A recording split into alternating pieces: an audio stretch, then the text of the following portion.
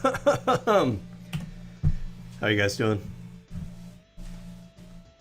How you guys doing on this holiday, on this Super Bowl Sunday?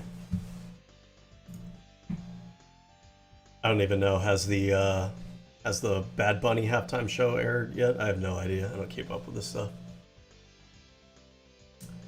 But without further ado, we're gonna react to some of these right-wing media figures and their reaction to, or how they covered the Epstein files. Here, let me turn my camera on.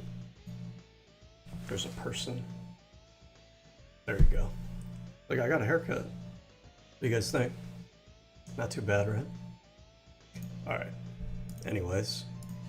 Let's start with this Tom Bilyeu guy. This guy, if you're not familiar, he kind of bills himself as a centrist, but or as a moderate, I guess, in his mind.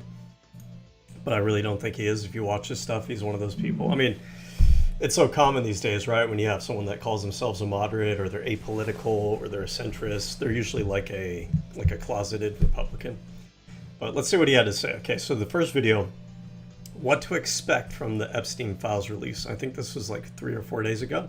What you're going to find through the release of these documents What are we gonna is find? that Tell everybody us, who's gotten off, or like, oh, that investigation didn't go anywhere, or they threw that evidence out, you're going to see all of the connections. This is all made up. I'm just giving you directional stuff. The fact... Interesting. I'm curious because I'm assuming, based on the title, this is before they released the second batch. Let me just double check. Is there a way to look on here? What you're going to find... When was this released? Or the details for this video? Is this all it gives me, really? Oh, February. Hold on. Whoa! Welcome to another episode. What you're going to find. So we got February 3rd. Okay, this is a little while ago. Let's see how he was talking back then. And through the release of these documents is that everybody who's gotten off, or like, oh, that investigation didn't go anywhere, or they threw that evidence out, you're going to see all of the connections. This is all made up. I'm just giving you directional stuff. The fact that the judge was like the official at the wedding of the person who was accused of this thing, like happened to be sitting on the case, you're like, wait a second, why didn't they recuse themselves? I'm saying that because I've read a bunch of documents pointing some of these things out. And I was like, what the The optics are so horrible, it's possible that it's just corrupt all the way down. Do we actually get some form of accountability from this? You'll have to. This is insanely important. You'll have to. Famous last words. I know they're not his last words or anything, but we have to get some accountability. Let's see. Okay, that's February 3rd. Once we have the new batch that releases, let's see if his story changes. And you must pursue it, because this is foundational to how the world works. We are in a moment where democracy, from where I'm sitting, is in crisis. America's in crisis. You have to have a trust anchor to pull you through. We have to find that and establish it. I don't think anybody's going to trust the Trump administration. He's mentioned too many times. He's too tied. So it's like, the trust anchor isn't going to be this DOJ. So how do we get a trust anchor? I don't know. This is where we're going to want Congress to step in and say, okay, this is where we need leadership. We need somebody that's not mentioned in the Epstein files anywhere to put together a panel of people that are going to run a blue ribbon committee that's going to find out like truth and reconciliation of what happened. And we're going to spend a whole lot of money and years combing through all that stuff, putting everything together, and prosecuting people. You cannot let officials at the level that we're talking about here have done the kind of things that they're claiming that they've done without investigating and finding out what's true. You must. We can't just go, oh, well, crazy. There's just so many claims, nothing to do. It's too pervasive. The second you do that, that's just permission. Okay, so far pretty reasonable, I think, just right? by silence, pretty normal. That's when things escalate. Now that Just a word of advice. that this has gotten out, For Mr. Tom here, if you have ears that look like that, no offense to him or anything, you got kind of dumbo ears going on, you probably want to go with a hairstyle that's a little bit more voluminous on the sides, I guess, to kind of balance it out. is kind of just one example At least that's my point of view. I mean, I'm not a professional of hairdresser. the elites kind of now saying, let's buy that narrative control back. The people who have pushed to get this transparency, let's attack them, try to defame them, and kind of start bringing them down. Of course, you're going to... Like a hairstyle like this, it's very top heavy, where the sides are very they're very inward, right? And then the top is kind of a little bit more spiked up, right? It's automatically it's making your face look longer, right? And he's got these very wide ears. I know this is kind of rude, but like this is some like styling advice, I guess. So I would say maybe go for like a let's see,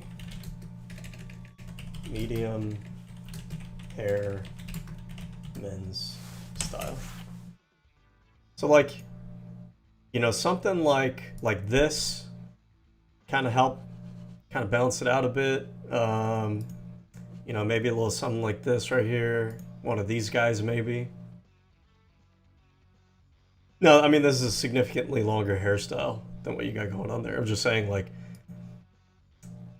sometimes you gotta, I mean, it's all up to you. I'm a very, like, liberal guy in the sense that you should do whatever the hell you want to do, as long as you're not bothering anybody. But just word of advice, if you want kind of like conventional grooming tips, you know, if you got ears that stick out that far, having hair that has a little bit of volume to it can kind of, you know, kind of balance it out. Anyways, excellent commentary. You're going to see a massive immune response. You're going to see people try to reassert control, try to own the news cycle, try to get the troublemakers out of office. 1,000%. This is the great tragedy of how we are. What you're going to find through the release of these. So, so informative. Okay, this is also from February 3rd. So he's a little bit old. Let me see if he's got anything newer. Pay attention to inflation. You know, this is another interesting thing. If he hasn't made any shorts on it recently. So this is old, right? What we know about the Epstein files so far, this is one of the older videos, right, from February 3rd. This is organized. Yeah, this is organized by latest. You have to pay attention to inflation right now. Candace Owens' new form of entertainment, how to get rich in this economy. Did Trump even want to give this speech? Trump signed an executive order for weed. If you're scared of AI, try this. Proof AI, the real difference between left and right politics. So has he put out anything recently since the new round of files came out? Like a short? From February 4th. Let's see, when is his latest shorts video? Inflation. 25 minutes ago. Okay, now that's not to say that he doesn't have his longer form videos talking about the Epstein files, but let's see. Do we have anything here? I'm assuming these are hour-long like podcasts, so they might be mixed in here somewhere. But it is interesting because it's one of the biggest stories, and it's something that the right focused on so much. And after everything he was talking about in the video we just watched, you'd expect that he'd have a follow-up, at least focused on this. So 10 days ago, when did the second round of Epstein files? This might technically be the third round. Second batch is what I'm looking for. January 31st. Third round? Third batch of Epstein's files released on January 5th. Massive release, December 4th round? What are we looking for here? Fourth batch released early February 8th. Has it been that long ago? I thought the most recent one was sooner than that. Fifth and final batch of documents released. Millions of Epstein files released. Oh, what am I talking about? February 3rd is just a few days ago. Why am I thinking that it's later? Okay. Department of Justice publishes 3.5 million. Okay, that was the first one. Millions 6 days ago, which would have been the second. Okay, so those shorts that he had are probably, yeah, they're with respect to that newest batch that came out. So let's see what he says. So he says, what? We got the Epstein files right. Is this a newer one? We did get. Excuse me. January 18th. Okay, this is a little while ago. What to expect? We just watched that one, right? All we know from the Epstein files so far. This is the other one. The Epstein files, right? February 3rd. Okay, so this would be what, the day after? Okay, and let's see what he says here. Files Volume 1 dropped, and they Volume are 1. far more horrifying than I would have imagined. Let us be very clear. All of this is alleged. Oftentimes, it's just an email, or it is a witness who has come forward that has not gone through the court of law. Many of the... Now, he could be saying this to kind of run interference, like, oh, now the files are out. They have all these names in there. But guys, that's just allegedly. We don't really know for sure. You can't really say for sure these people did anything bad, right? These are just unverified, unconfirmed testimonies and emails, and they could be talking about anything, right? He could be going in at that from that angle. But to be charitable, to be fair, right? He could also be coming at it from like a very neutral, realistic, dispassionate, nonpartisan angle of, hey, guys, just to let you know, a lot of what has been released, a lot of it is just emails, a lot of it, unsubstantiated claims. Like, that is a true statement. The question is, if you make that statement, are you making that statement to spin a particular narrative, or are you just making that statement because you're trying to be responsible with your journalism? Things that are inevitably going to be in the documents simply are not true. We certainly do not have any special insider information. The U.S. Department of Justice released over 3 million pages of documents, along with 2,000 videos, 180,000 images. You've got high-profile mentions. Obviously, people like Donald Trump are mentioned. He was mentioned, I think, thousands of times. Bill Clinton, Elon Musk, Bill Gates, Prince Andrew, who was mentioned. Okay, so I mean, I appreciate at the very least that right from the beginning he's admitting, he's not trying to hide the lead there, that, hey, Donald Trump is mentioned thousands of times in this shit. And hundreds of times. People involved all the way up in finance and world leaders. Like, you've got people stepping down in other countries because of their ties. It is pretty wild. Much of it ties back to Epstein's post-2008 Florida conviction, but many are not necessarily new allegations. It's just that they detail associations or the unverified tips that people have about things that Epstein was doing or people that he might be involved with. And I have a feeling that all of this is going to be one big rat's nest of information warfare. Now, files suggest Epstein may have trafficked girls, obviously, to other people. I can't believe even for a moment. May have? I don't know. The hedging language there is kind of weird to me. But people were just saying it was all the Epstein. Such an absurd claim. And that starts raising questions about past official denials for evidence. No new criminal charges have stemmed from the release of the February 2nd documents. So all of this is true. And if he is being just neutral and fair, like, this is fine to say. Knowing his past, from what I've seen from his show, he tends to lean a little bit towards being sympathetic to the right. But so far, he's just being kind of straightforward. So, okay, that's fine. Files are publicly available on the DOJ's website, so you guys can go see this stuff for yourself, which we have done here. It is not, I will say, not a pleasant experience. The DOJ has emphasized, as I have here, that some tips are going to end up being proven untrue or purely sensationalist. Okay, so pretty big hedge there, right there. Boy, oh boy, they are worse than I expected. And maybe because I just never went in my mind to anything that was actually specific. But when you start hearing the specific claims, it is mortifying. Somebody said in the chat, like, how many of the victims are even still alive to come forward? That's something we haven't talked about. The allegations that... I mean, a lot of the victims are still alive, and a lot of the victims have, come out. It seems like they don't really get media attention. A lot of the victims have claimed that Donald Trump was involved in some of the stuff there. And now those are claims, of course. But to even be asking this question, it's like, have you not kept up with some of the victims that have come out and talked about it? Did we just purposely ignore those things, or what's going on? Some people are buried in the back of dude, that's golf the thing. courses. So one of the pages that I read talked about somebody who's very, very famous allegedly strangling a woman to death at a party. Sheesh. And then, of course, you flash back. Who's this Robin Leach character? I'm curious. I'm not familiar with this name. British entertainment reporter and writer. Okay. To all of human history, and you realize humans are cruel and they will kill people in the most horrifying fashion. The Epstein Files Volume 1 dropped, and they are far more horrifying than I would have imagined. Okay, I think it's just repeating now. Okay, so I mean, I don't generally have a favorable opinion of this guy, but I try to be, you know, objective and fair and everything. I didn't really see anything particularly wrong with his coverage here. These are his shorts. I'm not going to bother looking at any, you know, the long form version of, you know, if he talks about this, but, you know, that's okay. Because we have a lot of them to go through. We got Candace Owens, we got Michael Knowles, we got Matt Walsh. They kind of, to me, they're all the same person. Matt Walsh, Steven Crowder.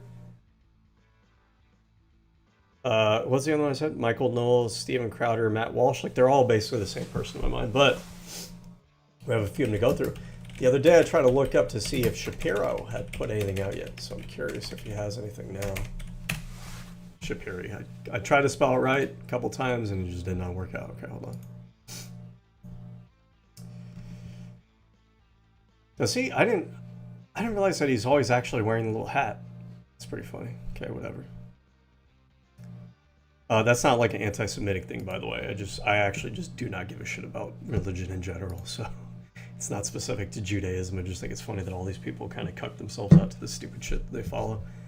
Like, you gotta wear your little hat because you're in a fucking religion, or you gotta wear your burqa, or you wear the cross around your freaking thing, or you put the little ashes on your head, or whatever the fuck, maybe. I don't buy any of this stuff, so, you know. If you're a religious person and, you know, you don't cause any trouble with anyone, that's fine. I can be a little bit too rude, a little bit too harsh sometimes, but yeah, I think overall religion's probably not a great force in the world. That's just my perspective. I mean, hey, take that as an opportunity, religious people, to prove me wrong. Be the change you want to see in the world. There's too many people that utilize religion to do bad things. So if you can use your religion for good, I'm okay with that. Okay, let's see what else we got here. Does he have anything in his shorts regarding the Epstein files? Only have one hole. Let's see, when was his latest one? February 7th, so that was yesterday.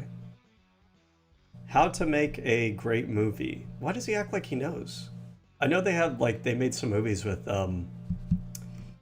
what do you call it, Daily Wire, or whatever the hell it is, but, like, let's not pretend that any of these movies were particularly amazing or anything. The media doesn't care about you, says the guy in the media.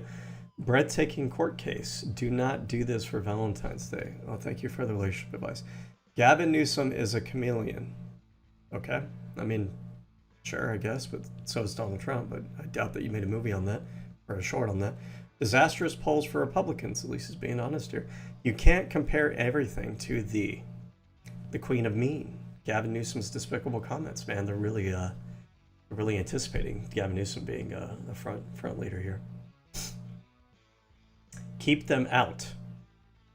How to balance family and work. New Alex Preddy footage. I have no clue what Trump is saying. The Oscars look horrible. Okay, how far back are we going now? January 28th. I think this dude's dead, right? Isn't this the Scott Adams guy? Okay, so he hasn't had any shorts on the Epstein files. That's kind of interesting. Ben Shapiro destroys celebrity ice reactions.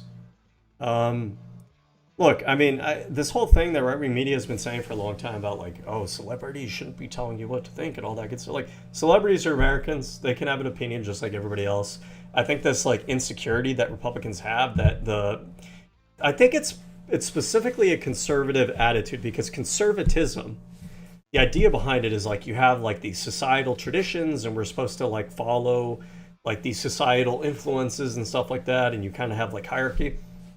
So I think in their mind, when you have media, when you have celebrities, to them, in a conservative model of society, they're supposed to put forward, like, the values that the civilization, the society is supposed to be advocating. So they want their celebrities talking about family values and this and that. I think the liberal mindset and the moderate mindset is that, well, they're celebrities.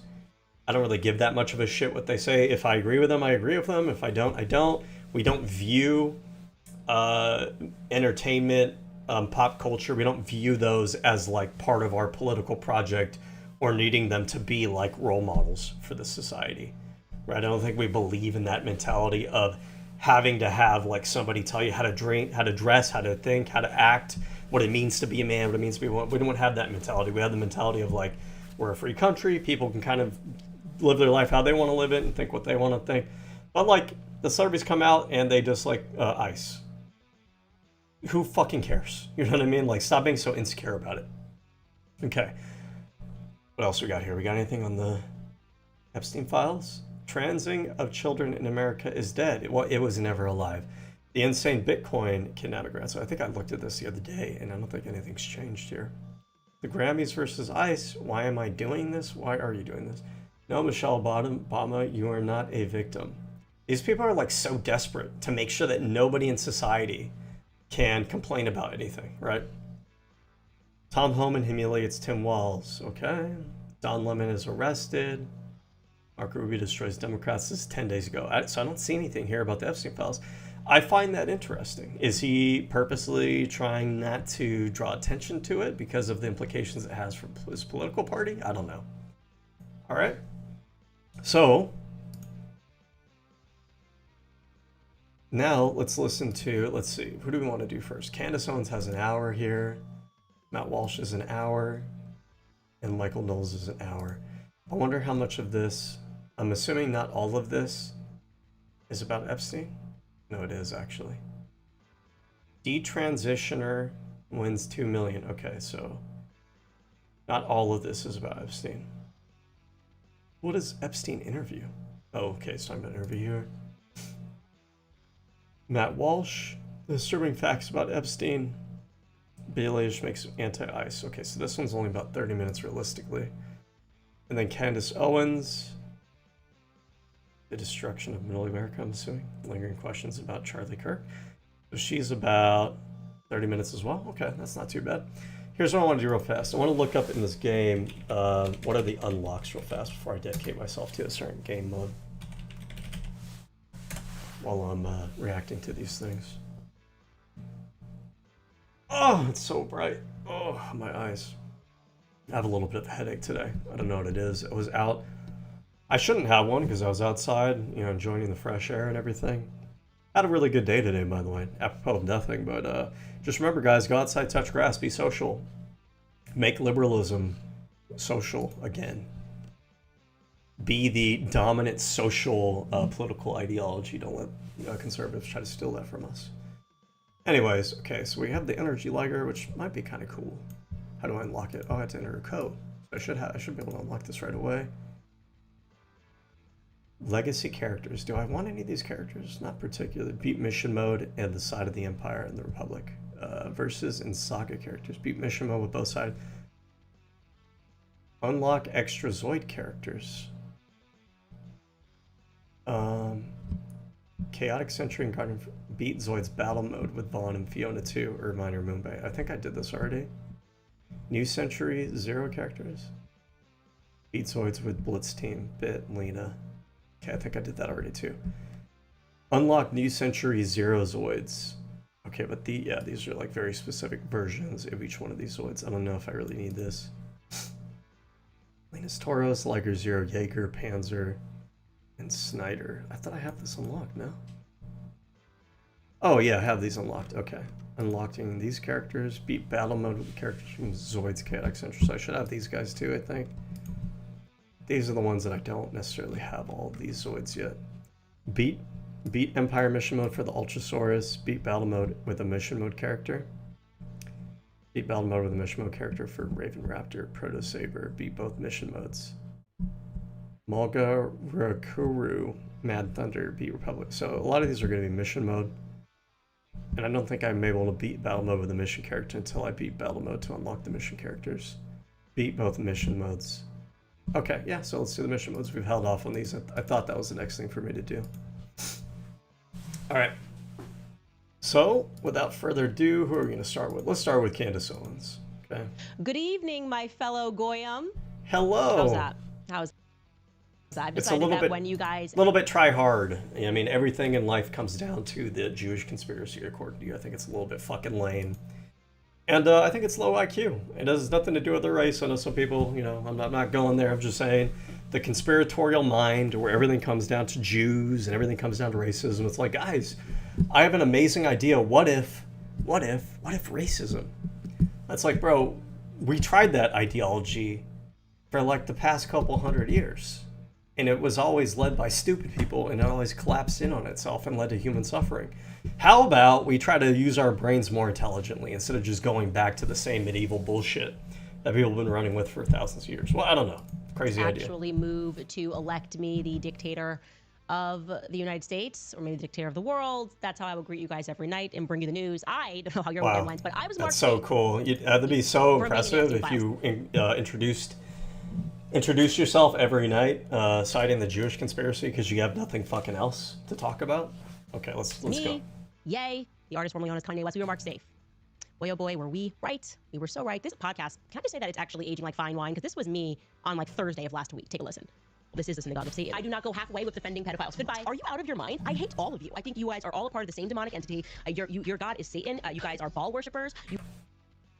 What does she think that she's proven here? She thinks a couple days ago she said pedophiles are bad and she was proven right. Does she think that that was like a unique statement that she said? Like, hey guys, hot take here, pedophilia is bad. You guys, I was proven right because the Epstein files came out. It turns out that pedophilia is actually bad. Wow, congratulations, Candace. You're really making excellent commentary for the conservative wine moms out there. You will continue to kill and sacrifice children until you feel that demon rewards you. And I stand against you. You're intense. Yeah, this is how I feel about these people. They are satanic. What is that guy doing on her podcast, by the way? It's Bassem Youssef, I think his name is. It's not a good look. Unless we went there to, have a bit of an adversarial conversation. But I hope he doesn't just... Yusuf Bassa? I don't think this is a bad person. Bassam Youssef. Yeah, Bassam Youssef. Supposed to be kind of like the Jon Stewart of... what country is he from again?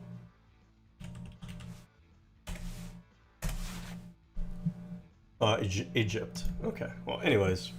Right and left at the top. I'm kind of feeling like I actually didn't go hard enough. Anyway, today we are going max like always. Welcome back to Candace.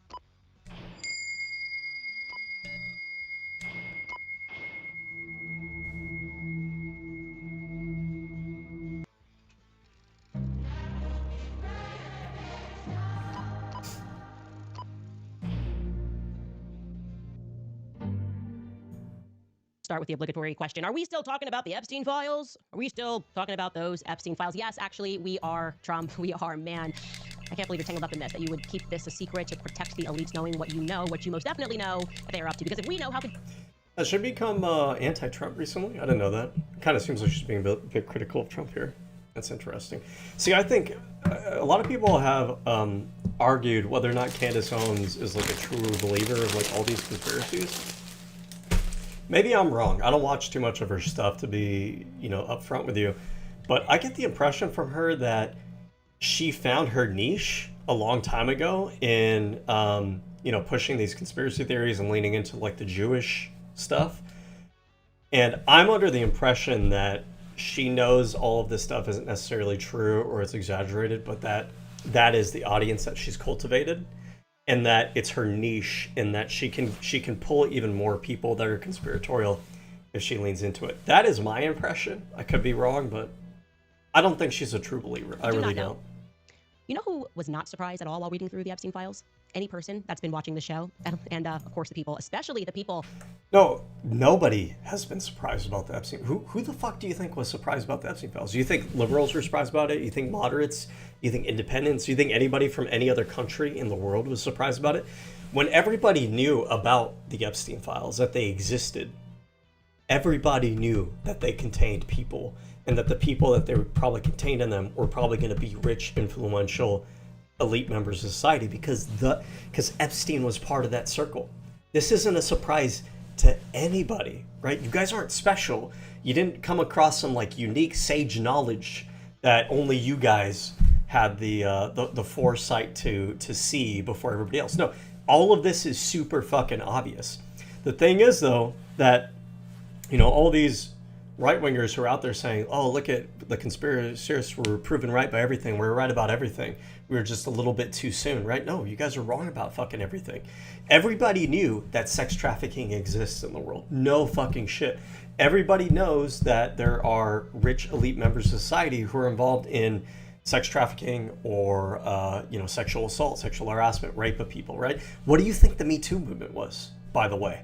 This is a point that nobody brings up. When the right wing talks about like, oh, we knew about all like the sex trafficking and like we knew the elites were up to no good and everything. Motherfucker, a couple of years ago, you were pushing back hardcore against the whole Me Too movement because you didn't like that women were like, speaking out against sexual harassment and misogyny and everything. But the reality is that the Me Too movement was exactly that. It was a story about how people in positions of influence and power, not all of them, but certainly a select few of them who are in those positions are able to use that power in order to sexually harass, sexually assault women, rape women, things of that nature, right? Like, no fucking shit, motherfucker. Holy that are in my book club. Shout out to the people that are in the book club, because the book that we are currently reading is so on time right now. Quite literally, we're completing this book on Friday, Sigmund Freud and the Jewish mystical tradition. After how fucking stupid! I didn't even know about this. I'm so curious. What was Freud talking about with mystical tradition? I would say that me looking this up will put me on a FBI list, but at this point, the FBI probably reads this shit themselves, the kind of people that are running the Trump administration. In his pioneering work, David Barkham challenges the popular view of Freud as, is Sigmund Freud Jewish? Is that what's going on here? Katie Brown, now what the fuck is this? Was he Jewish? He was Austrian. Early life. Ashkenazi Jew. Okay, so this is a whole thing about, like, if you are up to date on academia, you know that Sigmund Freud is not considered, like, his theories are not considered legitimate psychology anymore.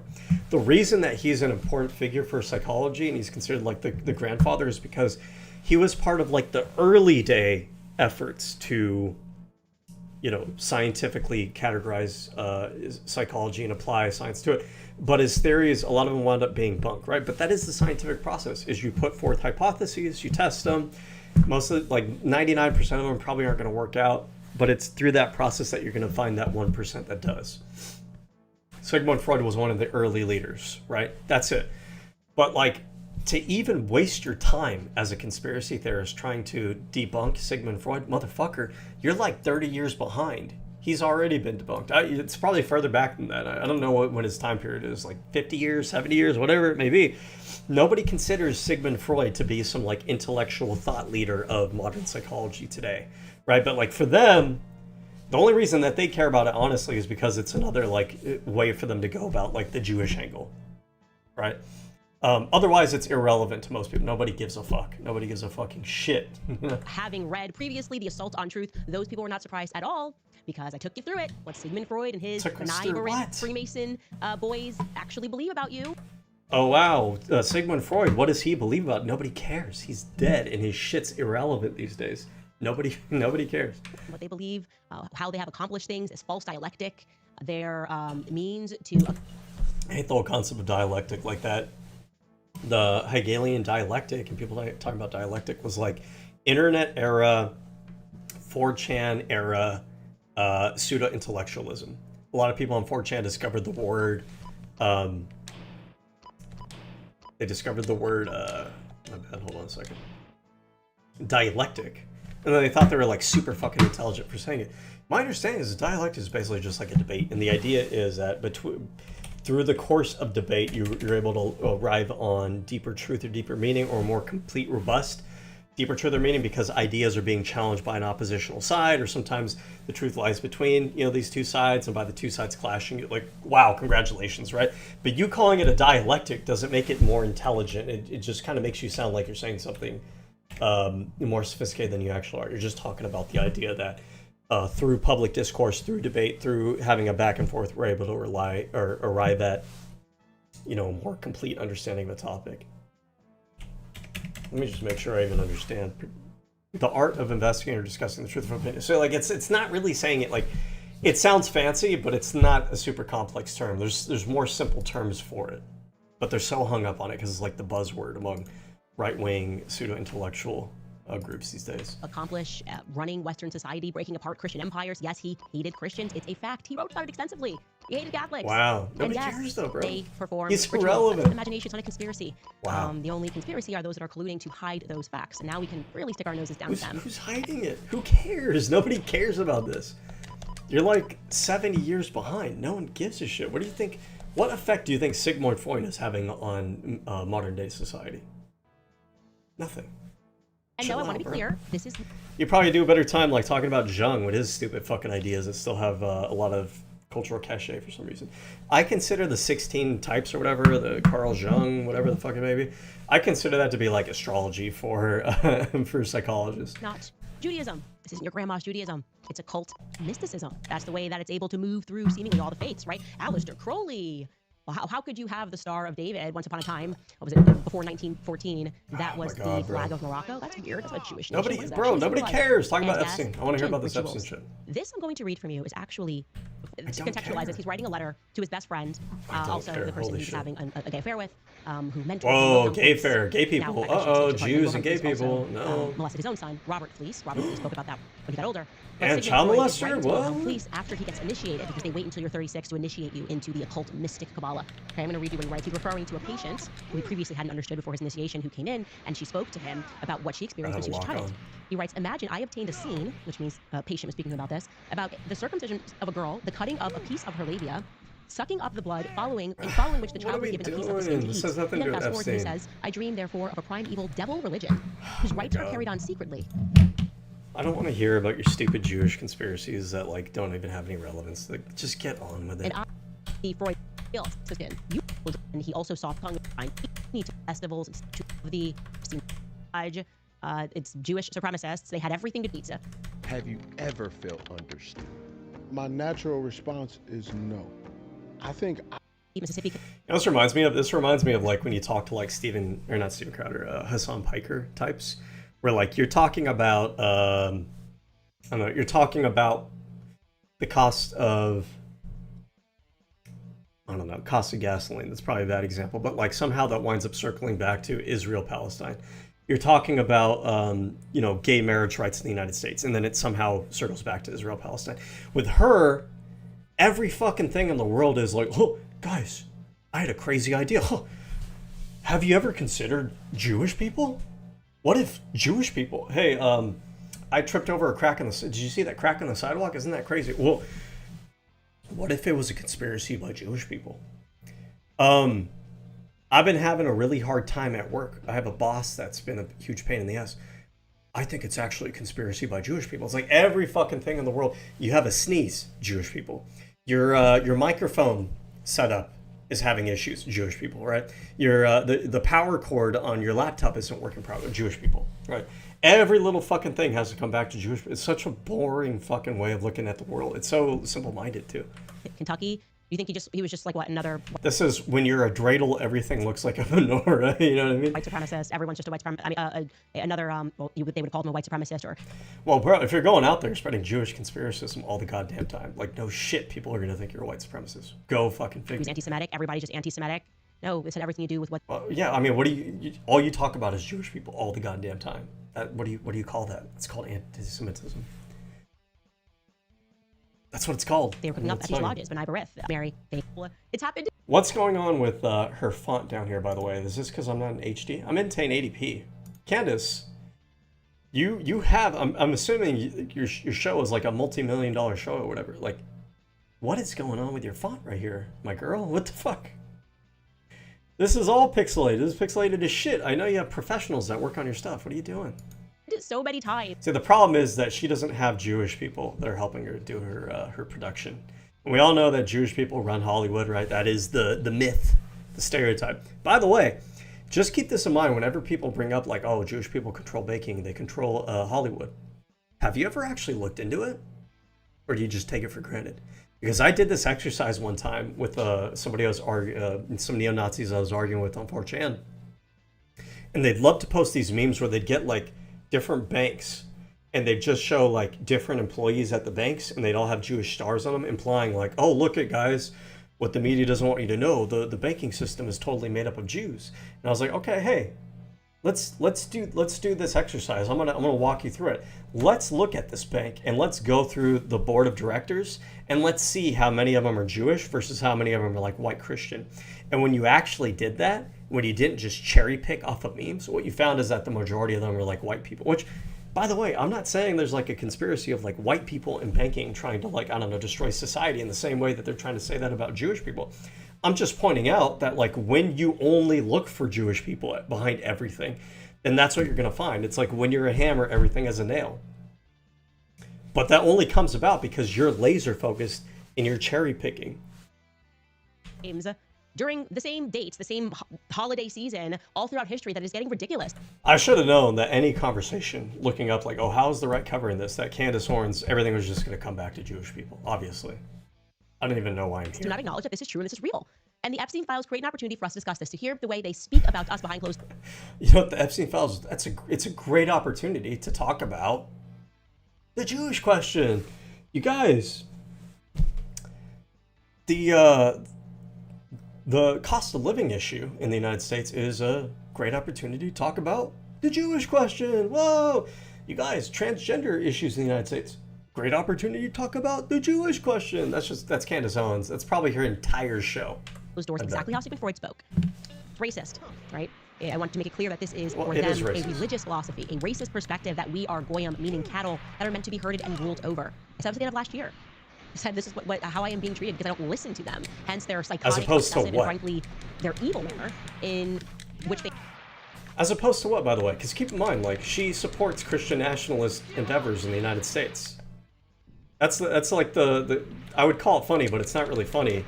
But it's such a huge degree of like projection on her part to say this. Look, all religions have weird teachings in their religious texts, including Judaism, right? But most people practice some kind of reformed version of that. If you look at Jewish people in the United States, they're probably the least likely to try to impose their religion on the rest of society and to try to legislate it. But people like herself, who are like Christian nationalists, actually do try to do that. So like they're projecting when they say this kind of stuff. They have confronted me simply trying to move on in my life after realizing I don't want to work for Zionist psychopaths. I just don't want to do that if that's cool. To them, that's akin to a buck that won't break. How dare you? They feel as maybe you or I would feel if an animal beat us at a game of chess. That's what it feels like when Candace is just like, peace, I'm out, and her life is not subsequently ruined and over. And they will keep It's publishing. funny because I've heard a lot of people say that, oh, Candace Owens shows is actually entertaining. Like, that's the thing about her. Like, you may disagree with her and everything. Like, I'm one of those people that like to look at media figures I disagree with and try to objectively see, like, do they know what they're doing? Do they know what they're talking about? Are they actually charismatic? This is super fucking boring. This is just like everything just comes back to like Jewish people and Judaism. It's obsessive to a degree that's fucking boring. It's like every point that you're gonna make is predictable and it's redundant. You're a broken record at this point. Things and calling me names. Everything she's saying is an anti-Semitic conspiracy until the emails drop and Jeffrey Epstein, who worked on behalf of the Rothschild. I love this too, by the way. Oh, until the Epstein files dropped and Jeffrey Epstein, I think Jeffrey Epstein's Jewish, right? By the way, was he even like a devout, like religiously Jewish person? Doesn't really seem like it. But keep in mind, the Epstein files has who in it? Elon Musk, Donald Trump, Howard Lutnick. I'm assuming he's also Christian, right? Let's look up these people. The point I'm getting at is it's full of Christians. The Epstein files doesn't really have anything to do with religion. It spans people of different faiths, and a lot of them happen to be Christians as well. But if you're Candace Owens, of course you're going to spin it all into a Jewish thing. So, okay. He's the son of Solomon. Okay, Solomon sounds a little bit like a Jewish name, so let's see here. Solomon Lutnick, son of laundry owner. He's married Jane Lieberman, another Jewish name. Both of his parents are Jewish. Okay, so Howard Lutnick's probably Jewish. Well, he is Jewish, right? Elon Musk, Christian though, right? Who is the other one? Peter Attia. Peter Attia.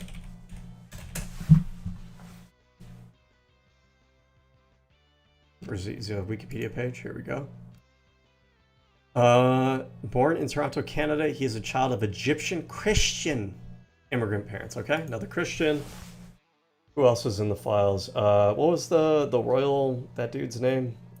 Epstein, royal family. Prince Andrew. Prince Andrew. What is his background? Well, we already kind of know, right? What is the faith of the crown? It's going to be some version of Christianity, right? They're not Jewish. That's Prince Andrew. And then, like, who else? Like, we're not to do this all day. You get the point here, right? Is that she has to cherry pick here. She has to spend the whole thing as a Jewish thing. She doesn't want to acknowledge, by the way, 'cause she is Christian and she's a Christian nationalist. She doesn't want to acknowledge that the Epstein files are full of fucking Christians like herself.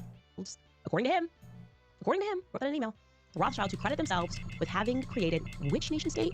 Oh, right, Israel, the same nation state that is having a bunch of women say that they were ritualistically abused in a forest by rabbis. That's happening in the Knesset right now, that nation state, saying that they were 3, 4 years old when this happened. He's saying, those are my bosses, the Rothschilds. And here is a brief, but by no means an extensive coverage video that was put together. I assume this guy must be Goy, right? Goy? See, Goy, TikToker, contrarian, put this together. Take a listen. By the way, when you hear them say Goy, the whole thing about this is like a neo-Nazi, white nationalist jargon. Goy to them is based on this idea that I think, I don't know, some part of some kind of version of Judaism or something, where they talk about, like the Jews would talk about non-Jewish people, Gentiles, as Goyim. And basically the idea is like the Jewish people view the Goyim as like useful idiots or pawns or like a secondary rung of humanity that's like manipulatable and stuff like that. The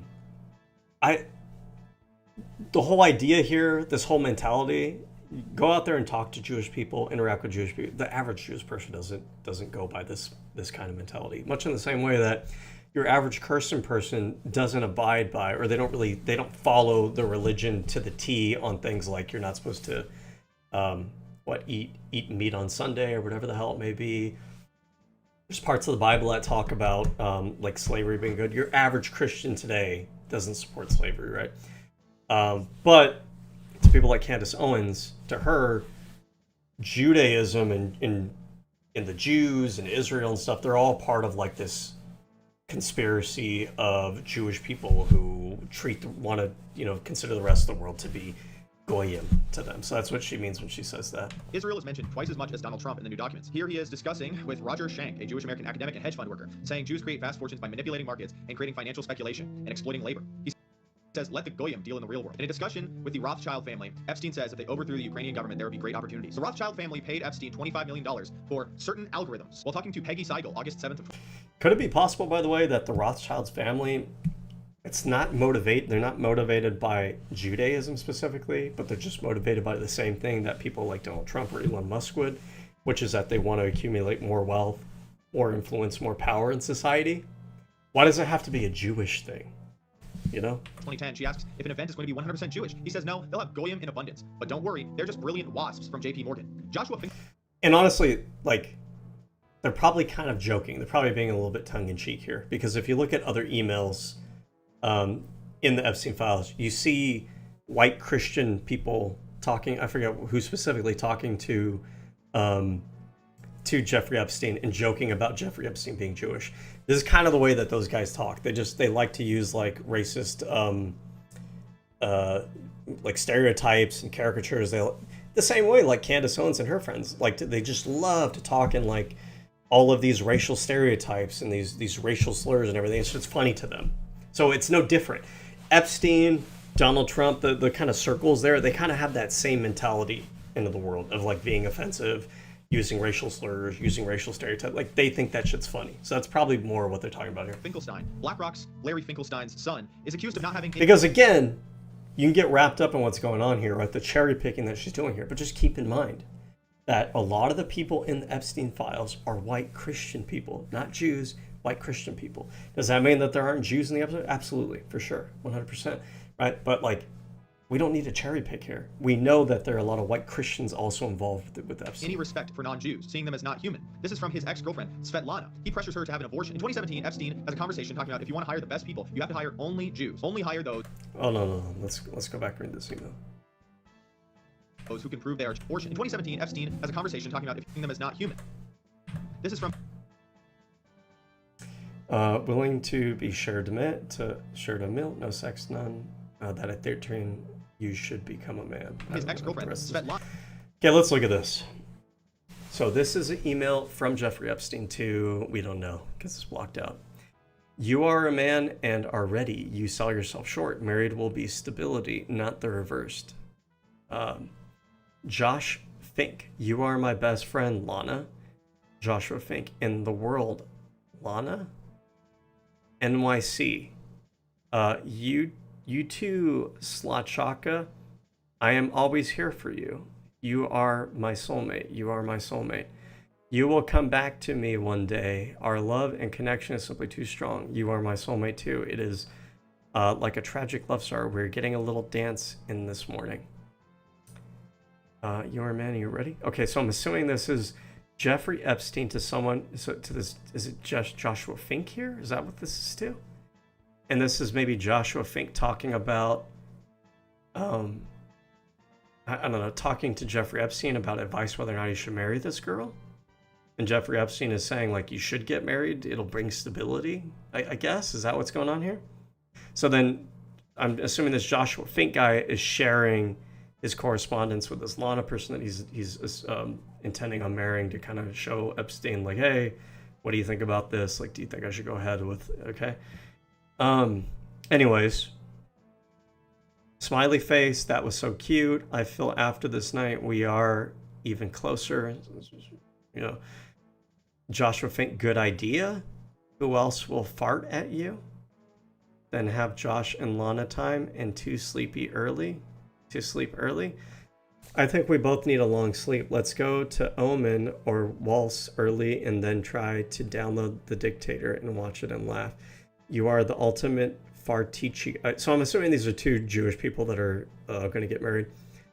But even if you leave me, you will still be my best friend. Now, it is the case in some Jewish families, much in the same way that in a lot of other families, like there's an expectation that you also marry. Like if you're a black person, maybe they want you to marry another black person. If you're Jewish, maybe they want you to marry another Jewish person. These are kind of like traditional stereotypes, like, oh, why don't you find yourself a good Jewish girl to marry? And, you know, sometimes the parents want to push back against like the Western Americanization of their children, and in a way of doing that is to try to push towards kind of building a community within their own kind of ethnic group, or making the, you know, pressuring the kids to marry within their ethnic group, so that way they can kind of maintain some of their like traditions from back home or whatever, and they don't become super Americanized. So I understand that perspective, but and this guy might have a little bit of that in his upbringing, but does this mean that this is part of like some large Jewish conspiracy? Again, keep in mind that the Epstein Files has more than just Jewish people, and it has like Christian dudes in it.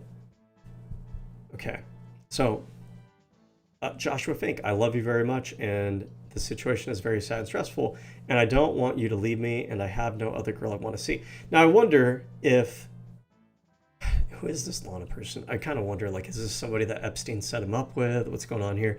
Is this Lana girl, is she serious about it, or is she just saying what she needs to say, you know, as kind of like an escort kind of thing? You are my soulmate. Do I wish the Visa system was not so stinky? Yes. Do I wish I felt that I did not have the mad experience of being married before on my shoulders, and also not feeling in work that I have gotten to the level I need to get to start a family? Yes, I am moving from hedge fund to a whole new business model. It is going well, but it's not yet stable or established, and I have a lot of pressure on my shoulders to make it work. But you're the most wonderful girl I've ever met, and we are so special together. Okay, so her name is Svetlana. I don't understand why only parts of this shit is fucking redacted. What is going on here? What's even the point? Because, okay, yeah, anyways. I love you very much. You are the only man I've loved so much. What is being highlighted here? I don't understand. Like, what are we trying to prove through this email? I need to feel my life and work are stable. I will get there, and I'm working so hard to get there, but I am not there today. But that does not diminish how much I love you and that you are my best friend. What the fuck does this have to do with some Jewish conspiracy? I don't get it. Just because they might be two Jewish people and they have like Jewish pet names for each other? Who cares? He pressures her to have an abortion. In 2017, Epstein... I found criteria to find smart people. The more, okay, so now this is somebody else. A Marcia Drakova. This is a different person. To Jeffrey Epstein. I found criteria to find smart people. The more Jew you are, the smarter you. Wow. Yeah, you're definitely right. You're very smart there with that grammar.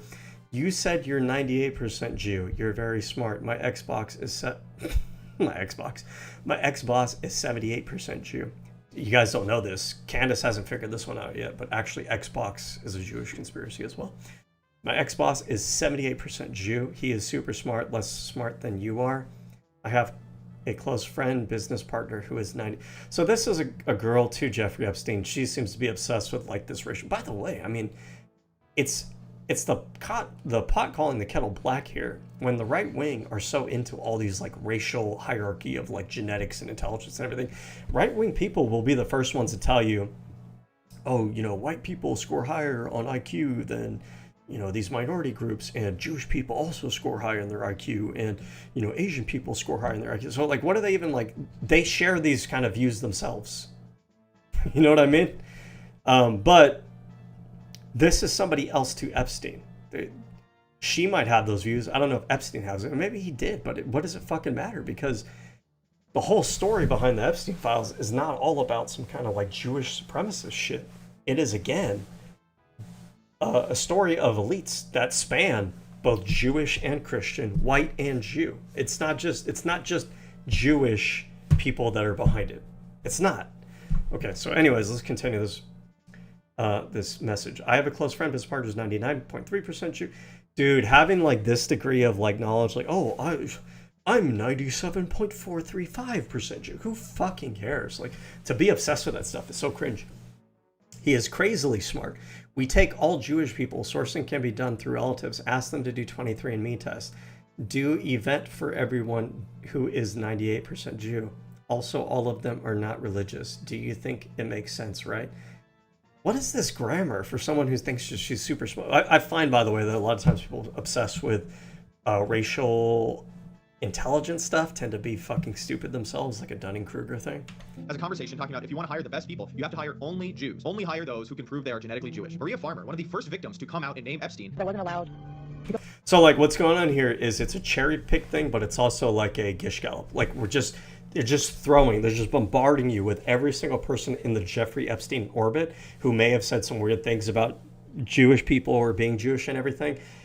And I don't even know what the conspiracy is supposed to be. Like, what is that message from that chick to Jeffrey Epstein supposed to prove? What is that supposed to be in terms of like a Jewish conspiracy?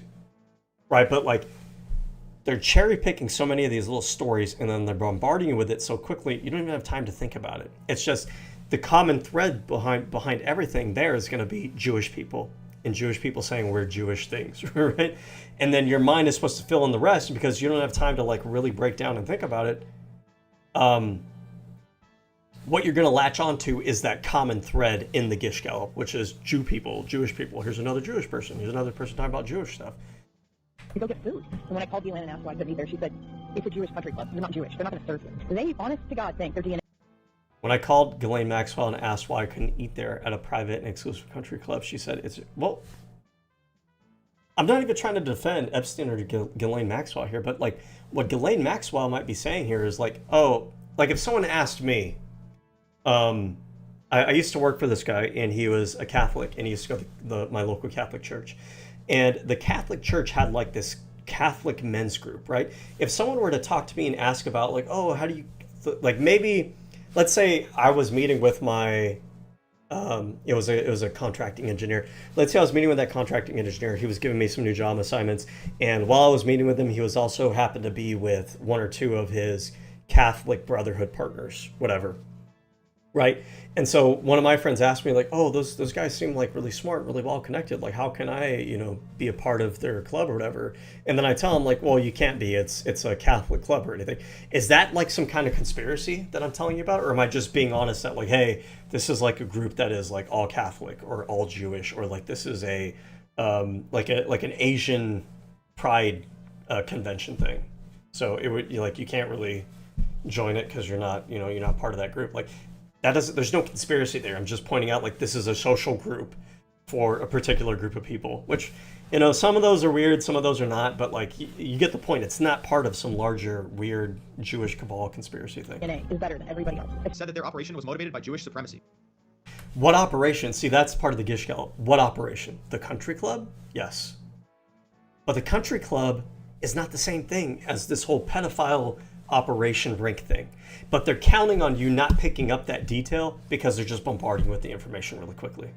And people that watch Candace Owens' show, she pushes so much like anti-Jewish conspiracism that by the time you're watching this and you're watching this little segment, you don't even need to think about how it's connected, how it's supposed to make sense. There's already like a shortcut circuit in your brain that's just connected. Oh, there's another Lego piece for the Jewish conspiracy, and it just slots right in, right? Because your brain is already ready for it. Anybody know that's not real anymore? Hey, really bad time, Rob McCoy, wrote a couple letters accusing me of being anti-Semite. Can you give some of that energy towards Israel, your masters? Because I won't have them be mine. I can't. I recognize it for what it is. It's using money, finances to whip people into shape, so to speak. I know, like I said, the true history of the slave trade, and the amazing ability to write themselves out every time is really special. It's super unique, and like I said, what have they written themselves out? So there's another talking point that I've run into before, that some of the early slave traders in the United States were Jewish or something along those lines, or some of the merchants who were trading the slaves were Jewish people. So what? So the fuck what? Who denies that? Who says that that's not real? I don't think anyone's denying that.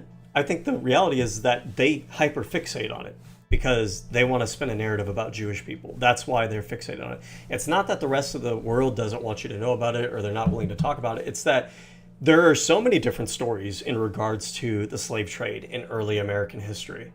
There's a lot of different angles we could talk about. I think there was Native Americans who were involved in the slave trade as well, right? There's a lot of different stories. We could talk about, who manufactured the ships for the slave trade? I don't know, but like that's another conversation we could have. But just because we don't have that conversation, right? What if I were to bring up, and I made it sound conspiratorial, like liberals talk about the slave trade, and they love to talk about how racist white people are because they say white people used to own the slaves. But ask yourself this question. Have they ever actually told you who made the ships?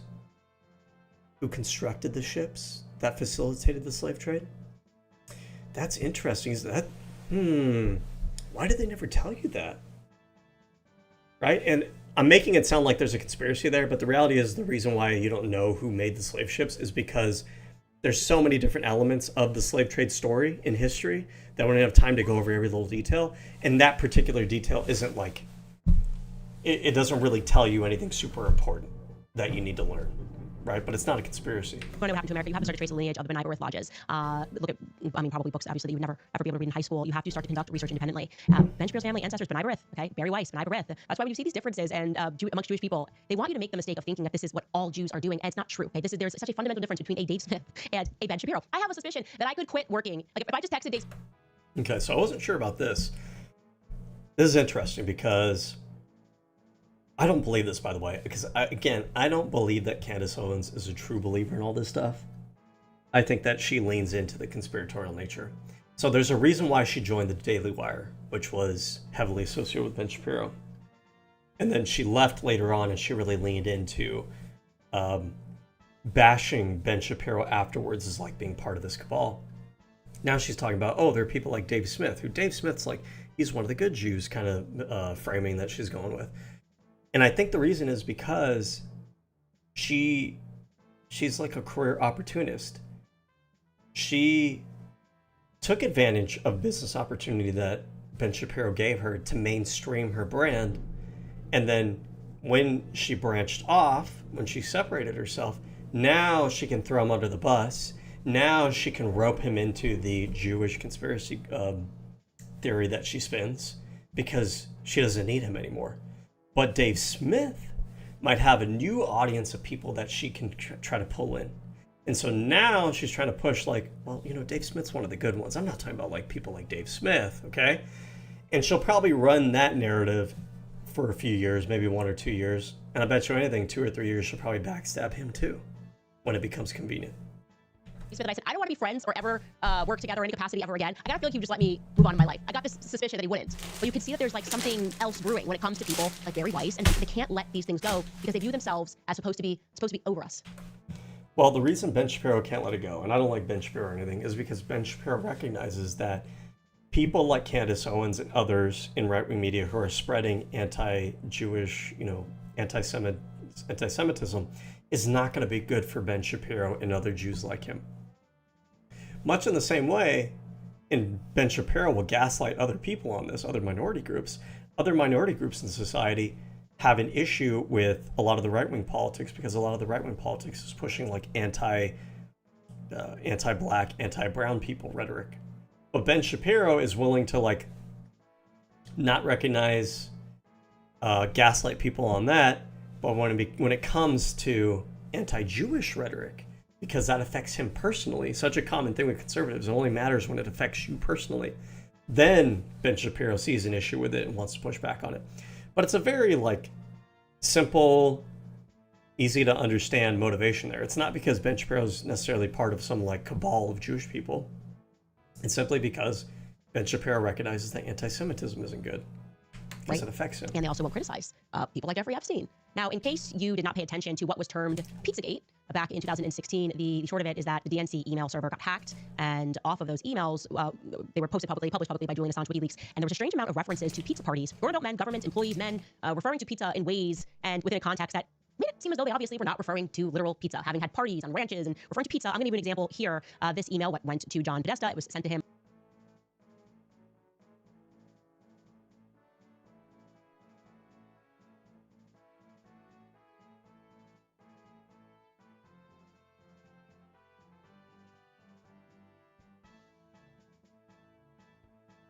So Pizzagate, when it comes to Pizzagate, there's a question, right?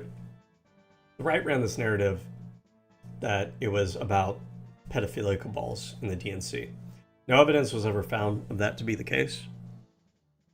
And I think we have some emails now from Steve Bannon with Jeffrey Epstein about trying to sow seeds of pedophile rings, pedophile cabals in the media, right? But he was directing it at their political opposition. Meanwhile, Jeffrey Epstein himself was involved in it. So Steve Bannon and people like him might have been spinning this narrative of, look at these emails from the Democrats. This shows that they're actually the real pedophiles, right? It's not us, it's them. Now, these emails, some of them do seem kind of weird, right? Like when they're talking about pizza, is it a code word for something? Yeah, maybe, right? But do we know it's a code word for pedophilia? It could be a code word for anything, right? It could be a code word for, I don't know. Could be a code word for money laundering, for all we know. Could be a code word for, honestly, some lame fucking inside joke. We don't really know, right? But there's a presumption that they make that the code must have been for child sex trafficking stuff. Meanwhile, it was actually the right-wing figures themselves who were involved, Steve Bannon and stuff that were involved in these, with these pedophile rings. From someone named Catherine Tate. These are very old, obviously, or else we would have hidden her email. She writes, "Hi, John. The realtor found a handkerchief. I think it has a map that seems pizza related.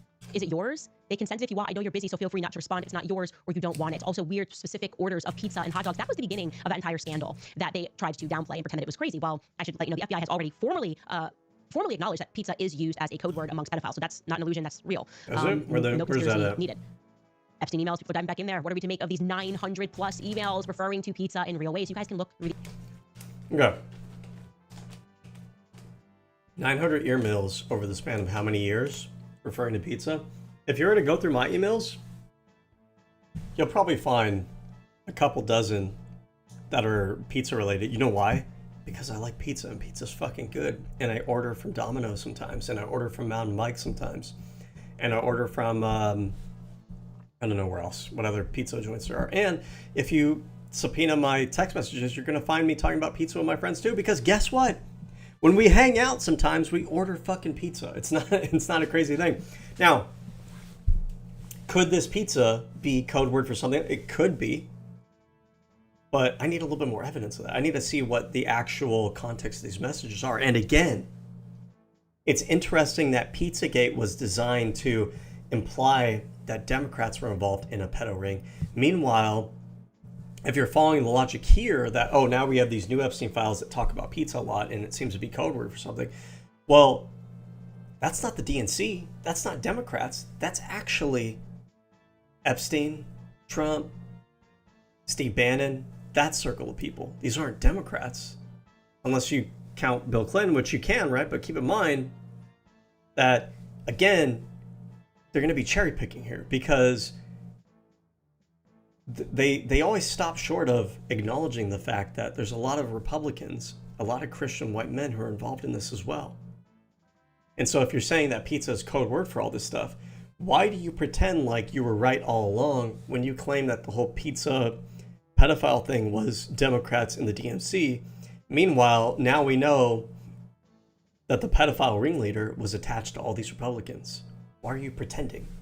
Well, we know why, because she's a political partisan. These yourself, okay? Of course, there are the Jeffrey Epstein emails, some emails we're never going to see, and photos that we're never going to see regarding murder, killing people, calls to kill people. I'm sure they're going to explain this away. Everybody's joking all the time. Todd Blanche has already come out and said that. Notice again, the Gish Gallop and like the inability to actually let you sit and contemplate what is the logical connection there. Are there forced abortions? Are there rapes? Are there murders in the Epstein files? Maybe. She didn't establish how that connects to pizza, though. Notice that she didn't do that. But it's relying on pre-existing biases and narratives that they've spun years ago to get you there without you having to actually critically think about it. If you were already predisposed to Pizzagate, or you're part of the right-wing ecosystem, and you know that the right-wing ecosystem used to push this Pizzagate conspiracy, and you trust them for your information, they don't even have to lay out for you now why there's an actual connection there. They just rely on you trusting them in their narratives. They're sparing us the videos. So we should just assume that there are graphic videos that pertain to death based on his statements. And I'm going to pivot here to just one example of a very strange email, which was covered by James Lee. Take a listen. Why is this name redacted? You would think the DOJ would want to investigate someone who sent an email to Jeffrey Epstein saying, quote, But what does this have to do with pizza? Notice that? We shifted on. We never established what the connection is there. And then she's laying on more information about the murder. And her, or potential murder, let's say. And what does this mean, by the way? I give you permission to kill him. He lied to you and he lied to me. This could be facetious. This could be an exaggeration. Like, it could be like, man, this might be the way that you talk to your friends sometimes, right? Not to say that they're beyond killing people and everything, but just keep in mind, like, we don't know that these things are actually happening. Oh, that guy, he fucking screwed me over. I'm going to kill him, right? Am I literally going to kill him, or is it just kind of an expression? But what does this have to do with pizza? And the rhetorical strategy here is she never established a logical connection between the Pizzagate thing and this murder thing. But now that we moved on to the murder thing, she's now going to try to provide evidence to substantiate the murder angle. And by her giving you information that seems to establish the murder angle, you're supposed to intuit in your mind that the rest of the argument that she was laying out also is evidenced by the evidence she's giving for this murder angle. But this murder angle evidence, if it is evidence, is only evidence of the murder angle aspect. We still have not actually connected that to the pizza part of anything yet. But the average person doesn't pick up on that rhetorical trick right there. I give you permission to kill him. Well, thankfully for all of us, the DOJ sucks at their job, and there's actually another version of that email that is less redacted, or more accurately, poorly redacted. Check this out. I give you permission to kill him. He is apparently with Olga. He lied to you. He lied to me. And you can kind of make out the name here to be one Susan Hamblin. Here's an enhanced image. You can read right there, Susan Hamblin. So who is Susan Hamblin? Well, she's evidently a financial advisor and founder of the What does this have to do with pizza? agency Kids to Families. Looks like the agency no longer exists, but I was able to find this archive in the Wayback Machine. At this point, we still don't know who Olga is, but according to reporting, it says that the only time the name has come up in the Epstein case is when his former lawyer, Alan Dershowitz, recounted getting a massage from a woman of the same name at Epstein's place.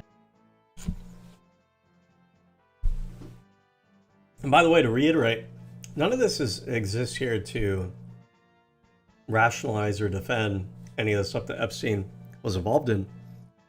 We're just pointing out, like, the whole reason we're looking at it is to look at the way that right-wing media tries to utilize this information to cherry pick it, to spin it into new narratives, and to like manipulate it and abuse it to, like I said, to spin new narratives. So these Epstein files talk about a lot of right-wingers that are in the files. They talk about a lot of Christians. So far, Candace Owens has made it exclusively about Jewish people, and she's tied it back to Pizzagate, even though she's not really established an actual connection between the conspiracy that was Pizzagate and then currently what's going on now. So when they engage with the Epstein files here, they engage with it in a way, it's almost like they look at, how can I manipulate this to just keep pushing the same narratives that I already have? Not, let me look at these files and take like a broad perspective at everything going on in these files and kind of see where the information leads me. But, oh, I already have all these narratives that I'm trying to spin to my audience. How can I cherry pick information and spin a narrative out of these documents in order to further that narrative? Now, interestingly, a few years ago, Susan Hamlin sued newsgroup Yeah, I newspapers, need to the refill. publisher Hold of on. The Sun. I'm Who listening. That Susan Hamlin had groomed and procured a 16-year-old woman to be sexually abused by Epstein and told her that Epstein would kill her and her family if she told anyone what Epstein had done. They've since removed those articles and agreed to pay her substantial compensation. But one Sue Hamlin can be seen in this photo with Jeffrey Epstein describing her to be his alleged assistant, as well as this photo of her leaving Jeffrey Epstein's New York City apartment describing her as a long-term confidant. A lot of stuff going on here, but the lesson is that this is all information that the DOJ wants to hide from us, but thank goodness the internet is still undefeated. You, just you, building your app on base 44. Describe it. And it's real. One thought leads to more thoughts. Layer by layer, taking shape. When you need your tools, bring them in. They just click. And by the way, I mean, okay. It's worth mentioning. Also, I love that he's wearing a CIA t-shirt. When Doing they great work for say- so many independent journalists, thankfully for independent journalists, or this would have all When they say like, oh, the CIA and the FBI is behind, this cover-up or whatever it may be. Again, the cherry picking that they do, the things that they say, the things that they don't say. Who is running the DOJ and the FBI right now? Is it the Jews again? Is it Jeffrey Epstein? Is it Soros? No, actually, it's Donald fucking Trump, Pam Bondi, Kash Patel, Dan Bongino. Right? These are not Jewish people, but she simply just doesn't mention that. So it's not kept in your focus. And I talk all the time when I talk about rhetoric, when I talk about propaganda and everything. Focus, focus, focus. I always circle back on that, right? Because why does this work the way that it does? It works because she's directing the audience's focus always back to Jewish conspiracies or anti-liberal, anti-democratic conspiracies. She never actually connected or even validated the Pizzagate conspiracy with this murder narrative that she's going on now. But she led her audience to focus on those things and kind of form a vague connection in their mind. She's making her audience focus on that. She's redirecting their focus away from the fact that when they're talking about the DOJ and the FBI and whatever in the CIA, that doesn't really confirm her Jewish conspiracy narrative, does it? Because those agencies are headed by and staffed by primarily white Christian people. But the audience is not focused on that. Focus. It always comes back to the focus. all been buried. I mean, if you just look to what the public was trying to say, they've even been trying to rehabilitate some of these people. Alan Dershowitz, it's unbelievable that this man has gone through so many people like Mark Levin and of course Gary Weiss, always the staunch defenders of Israel. Nothing to see here, nothing to look at. People, this was going viral this weekend, people rightfully going back and examining. Ben Shapiro once again working diligently as he did with Pizzagate to tell people to dismiss the Epstein emails because he had sources and everything we need to know was already out. Take a listen. She went out there and claimed there were tens of thousands of hours of tape. There are, by the way, but they are child pornography. The reason the FBI is not releasing them is because those tapes do not include underage people with third parties on Epstein Island. That is not what the tapes are. So it looks like Ben Shapiro did have a show where he's talking about. Well, let's go. I don't know which one that is. I'm not going to search for Also it. have sources in the federal government who are covering this stuff and have seen the documents. Okay, those tapes are just child porn. That's all. That's what they are. That's why the FBI is not releasing them. Okay, as far as the Epstein list, what I have been told by my sources is that there is no Epstein list. That basically there's a black book of Jeffrey Epstein contacts. And the vast majority of those contacts are already out there publicly. That's why you know names like Prince Andrew or Alan Dershowitz or some of the names that have been mentioned here. Those contacts, there's no evidence, according to the DOJ and the FBI, and that's public. There's no evidence that any of those third parties were having girls trafficked to them. And that is not evidence that was made clear, certainly, to the DOJ or the FBI. Here is Tucker then asserting that it was actually Mossad.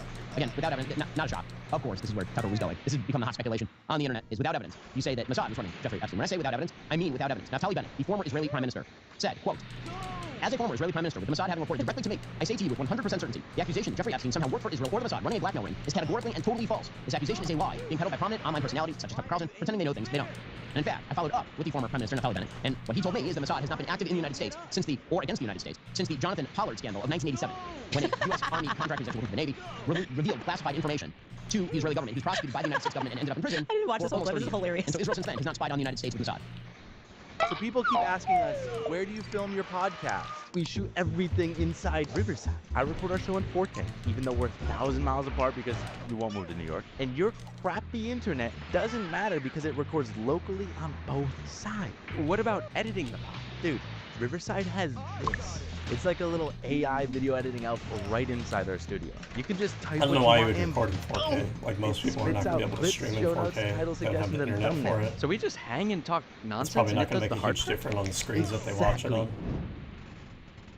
Unless you're trying to punch in. And by punch in, what you mean is like you take the video in a higher resolution. That way, if you want to like trim and crop the image, you're not losing quality. Because like think about it this way, right? If you record in 1080p, if you want to cut the image down, if you want to crop it, you're no longer going to have 1080p as the resolution that you're cropping into. You're reducing the resolution by cutting into it. And if you try to explode it back out now to fill a 1080p resolution size, you're pixelating it because now you're stretching those pixels out. You're not really actually stretching the pixels out the way I think I don't know if it'd be called a video encoder, but the way the program would wind up doing is it'll have to invent, like, it'll interpolate new pixels based on the pixels surrounding it, but it's going to wind up being pixelated as a result. The technology is not there unless you're using, like, AI maybe to make it nice and smooth.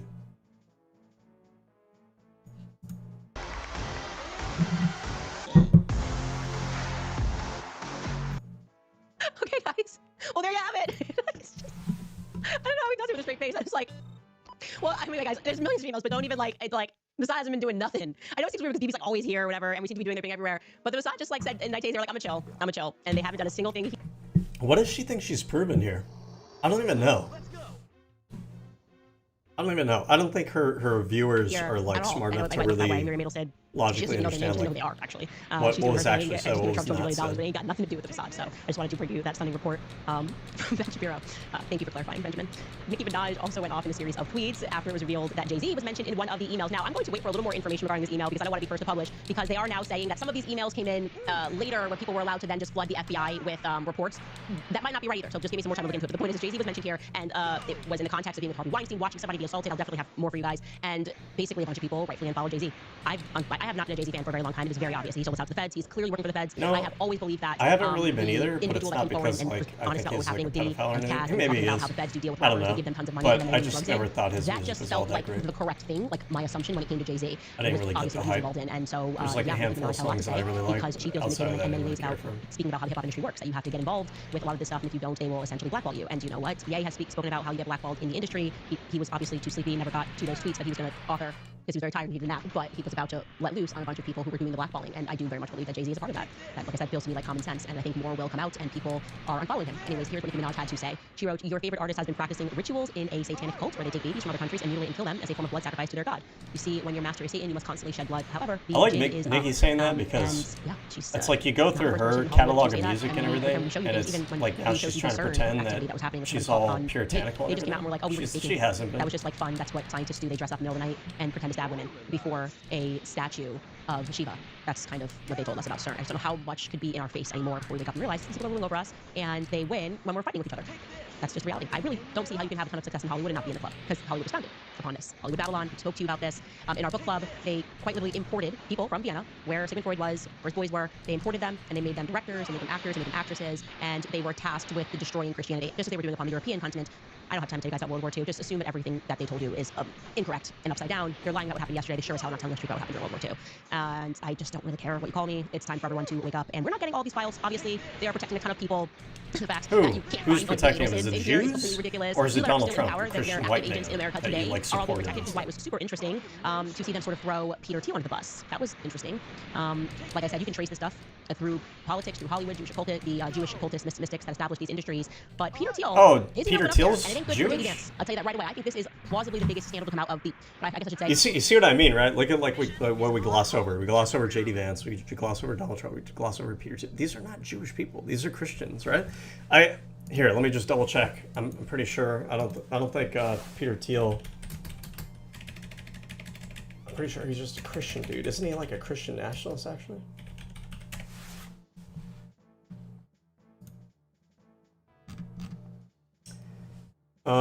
Then part of West Germany, Klaus. So this is like a German guy. Or at least this is where his family comes from. Before German language, corporal punishment. The German community in Swakopmund was known at the time for its continued glorification of Nazism. Thiel was noted as a smart but lonely withdrawn boy. It seems like he grew up in an area that was prominent with neo-Nazism.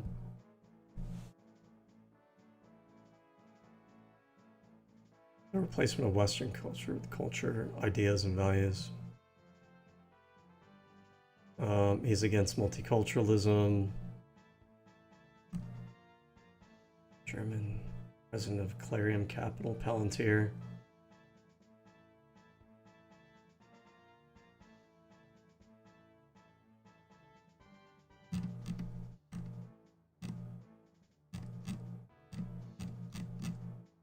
Let's see.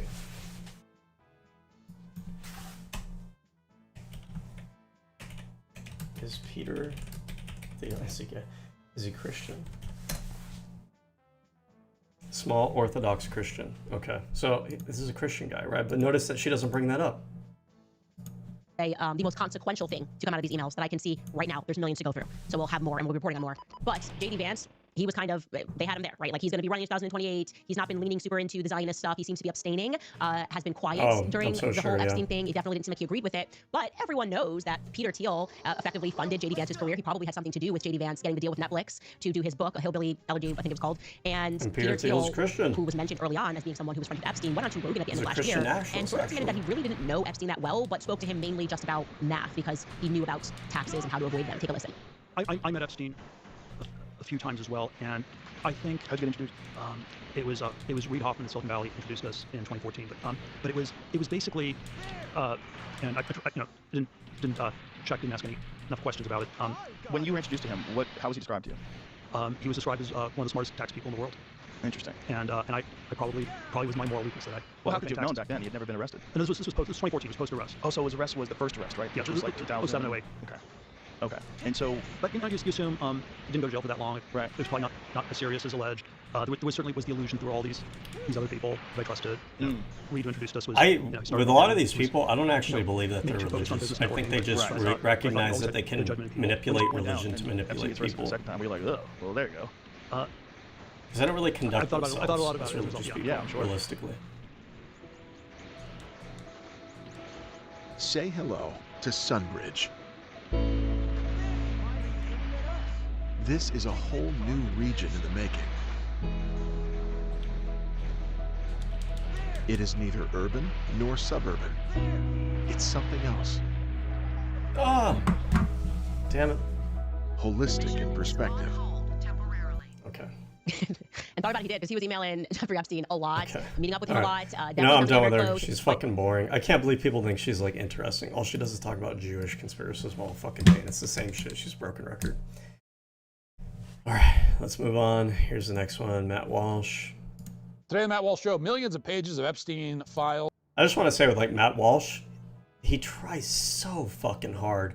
Like people don't recognize this, but this shit is gender ideology. This shit right here is like, it's like trying so fucking hard to be recognized as being masculine. I mean, do we actually believe that this guy goes out and he boats a lot of the times? Do we actually believe that he goes out and he fucking fishes? This shit's so stereotypical. He's got the fish on the mantle, he's got the little boat, he's got the oar, he's got the sailing memorabilia, he's got his little like lumberjack fucking shirts that he wears all the time. He's got the big fucking fake beard, right? I mean, that's a real beard, but you know what I mean. It tries so goddamn hard to project this image.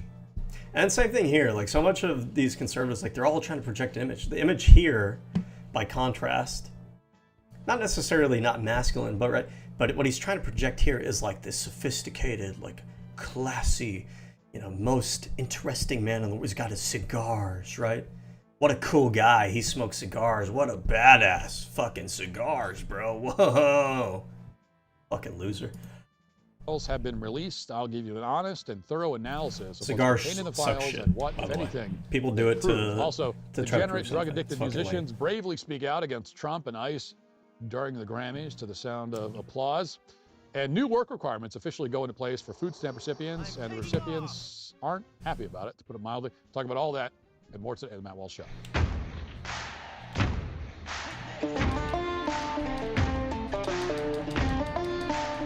Even the music here. We got like this country classic rock shit. Do we believe that Matt Walsh is listening to this kind of music on his days off? I don't think so. I think this is it's a virtue signal to his audience. In a decade that's already been marked by frequent major vindications for the alleged conspiracy theorists among us. Again, with this narrative, Friday's no. You guys are not Epstein vindicated. files You voted document for the by people DOJ who were running the relatively conspiracy. unsurprising at first. Here we were told was yet more evidence that a handful of rich and powerful elites are conspiring behind closed doors, hosting degenerate parties and abusing victims. And of course, following the Which document elites? dump, there Mention were which the elites? usual political cheap shots, which were Elon, mostly Peter divorced from Attia, any Donald semblance Trump. of Which reality. elites? On Saturday Just Night like some Live, random. wanted to abandon the pretense Was it of Katy being a Perry? comedy Was show it that was it awkward and Taylor Swift, or was it painfully on the Donald nose Trump, joke Elon by Musk, Peter Pete Davidson Attia? implying that the Trump administration had released Howard the latest Lutnick. Epstein files to distract everybody from the ICE shootings in Minneapolis, even though the ICE deployments in Minneapolis, as the SNL sketch helpfully pointed out, were supposedly intended to distract from the Epstein files in the first place. In short, the message was that for the typical observer, this latest document dump contained nothing new. We're told that this is all a political distraction that tells us nothing we didn't already know. But the Epstein files that were released on Friday are, I think, Who said far that, more by the way? I don't think consequential anyone said that. than you're being told. First, the documents demonstrate that the size and scope of Epstein's network were much larger than we believed. And these people are, in some ways, more demented, even more demented than we realized.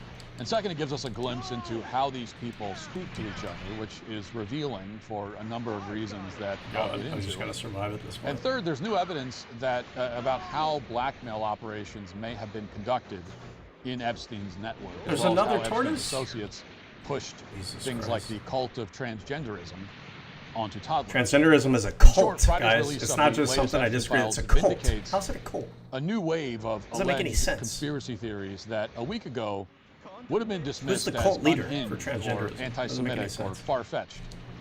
And today I'm going to go through what I've seen in these files and just give you an honest summary and analysis of it from my perspective. because that's Honest, all that I can honest analysis, sincere. But before we dive into these emails and documents, I need to point out a few things. Now, first of all, a lot of fake emails are traditionally circulating. So if you see an email and you're not sure if it's authentic, it's very easy to go on the DOJ's website and find their Epstein database, search the words in the email and see if it's legitimate. Secondly, many emails that are actually contained in the database are being wildly misrepresented. And that's because the database contains every random accusation from every schizophrenic or otherwise mentally unwell individual. You see that narrative that they're all spinning now. Well, you know, the Epstein phone, we can't trust everything from it because some of them are just random fucking allegations from schizo people, right, that we can't trust. And what that allows them to do, it sets up, it lays the foundation so that when members of their own political circle are caught up in the files, they can lean on, well, you know, not every allegation in the files is legitimate. A lot of it comes from unsubstantiated schizophrenic people, right? But it allows them to pick and choose now. They can pick and choose which ones they want to believe and which ones they don't. Whoever emailed Epstein or who was ever discussed by FBI agents. So take this email, for example, that you may have already seen. It involves FBI agents discussing an interview with a man who described all kinds of allegations against Epstein, including the claim that the man was the victim of a, quote, ritualistic sacrifice in which his feet were cut with a scimitar, but left no scarring. And the man also told agents that he was sexually assaulted by George H.W. Bush. And in an email, one of the agents noted that the man was unemployed and resides with his mother and her unemployed, morbidly obese boyfriend. And he'd also ingested hallucinogenic mushrooms and seemed emotionally unbalanced and offered no supporting evidence whatsoever. So the agent naturally recommended that the Bureau drop the case entirely. Which means that with that kind of email, if you are a sane, rational, honest person, there's obviously nothing to be gleaned from it whatsoever other than this was a crazy person saying crazy things. And there's no evidence at all for the claims that are absurd and being made there.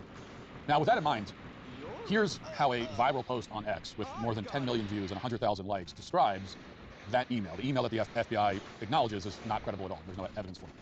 Quote, the Epstein files reveal horrifying events involving the American elite. It is alleged that George H.W. Bush raped a male victim, and that the same victim was also subjected to a ritual sacrifice in which his feet were cut off with a sword.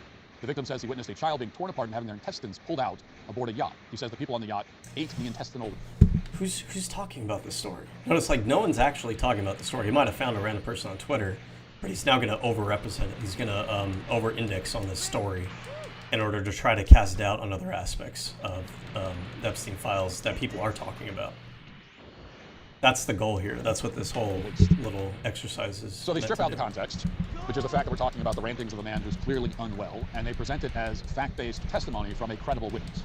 And that's how a lot of these viral posts Who's presenting that? What are you talking another about? one that claims that Trump what's buried viral children about this? under his I haven't heard golf about this at all. This and because of posts like this, some conservatives have suggested that the administration shouldn't have released these files at all. There was a mistake to release them because of all this bad information. Just don't release them. Now that we're in power, we don't want to put ourselves in any kind of jeopardy. But the problem is that, first of all, Trump promised to release the files, and then of course unilaterally use it to attack our opposition. And to promise to release the files and then not release them would be a problem. Promising to release them and then pretending to release them, but then not releasing them would be even worse. So these documents had to come out. There was no other way at this point.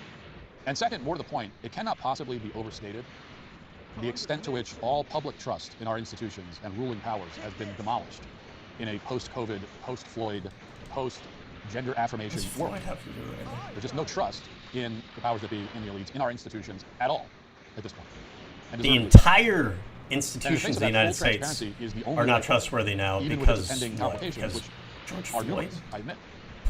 Now, yes, one of those complications is that you're going to get a lot of false engagement bait.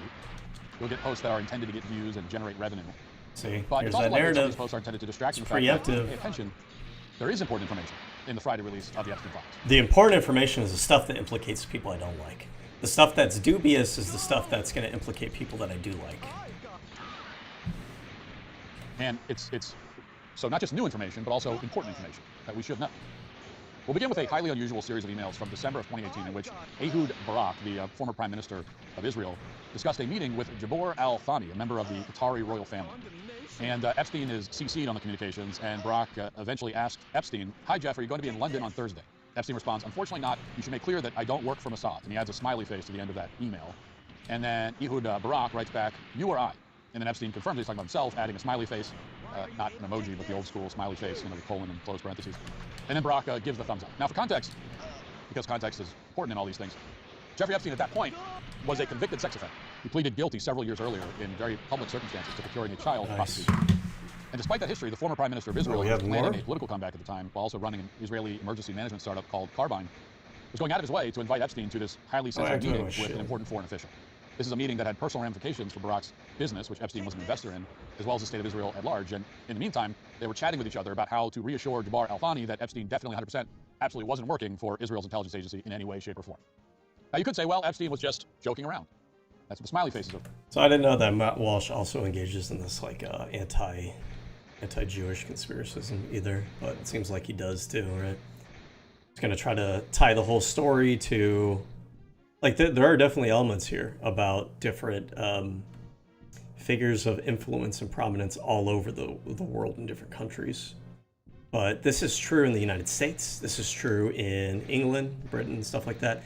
But when you find that somebody focuses only on the seeming connection between Epstein and the Mossad, it's usually because they're cherry picking to spin a narrative about, again, like anti-Semitism, Jewish conspiracism kind of stuff.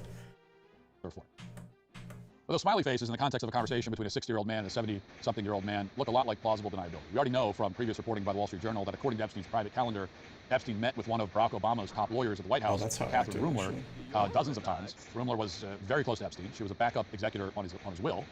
And she also sent the following email to him in January of 2015. It says, quote, "John Brennan gave me the CIA Agency Medal, the CIA's highest award, this morning. How cool is that?" So here we have a top Obama official who was in private practice at the time, running to Jeffrey Epstein for validation, fishing for compliments about winning the highest award offered by the CIA. She sent this email within hours of winning the award, as Mike Benz has reported. And that suggests very strongly that Epstein had something to do with her receiving that award. Maybe. Epstein also met with William Burns, who later became CIA director. He was a high-ranking official at the State Department when he met with Epstein. So Burns met with a convicted sex offender and pedophile in Manhattan, then received a promotion to CIA director. And furthermore, as Benz reported, Epstein, using a law firm so that he remained anonymous, sent an FOIA request to the CIA in 1999 to obtain all of their records that might, quote, reflect an open or otherwise acknowledged agency affiliation between himself and the CIA. In 2011, more than a decade later, Epstein sent a similar request to the CIA. And we don't have any real information as to the exact CIA records that Epstein requested about himself in 1999, nor what dates he included in the Freedom of Information Act request. The CIA has refused to release this information more than 25 years later. And for Benz, that's an indication that Epstein had some ties to the CIA going back a very long time, possibly as far back as the early 1980s, when Epstein was known to have a fake Saudi passport. And then, of course, there was the reporting from the Daily Beast that Alex Acosta, the U.S. attorney who gave Epstein his lenient plea deal, told Trump administration officials that Epstein, quote, belonged to intelligence. And then... So he brings up Alex Acosta gave him like the sweetheart deal. That sweetheart deal occurred... didn't it occur under the Bush administration? Alex Acosta Epstein. So this is like the part that he doesn't mention, right? This implicates the Republican Party. We're negotiating 2008 non-prosecution agreement. 2008 would have been the tail end, the last year of the Bush administration. And then Alex Acosta is hired by Donald Trump. Keep in mind, by the way, Alex Acosta gave Jeffrey Epstein a sweetheart deal, was hired by Donald Trump in the first Trump administration as labor secretary. Alan Dershowitz, the lawyer for Jeffrey Epstein, was hired by Donald Trump as his lawyer to represent him in a variety of different cases when he was both president and then after he was president. Elon Musk, now a campaigner, fundraiser for the Republican Party, someone who owns a social media platform that he took over in order to spread right-wing propaganda, and who works in the Trump administration, in Trump 2.0, also found in the files to be associated with Jeffrey Epstein. Howard Lutnick, Donald Trump's, what is it, his Commerce Secretary?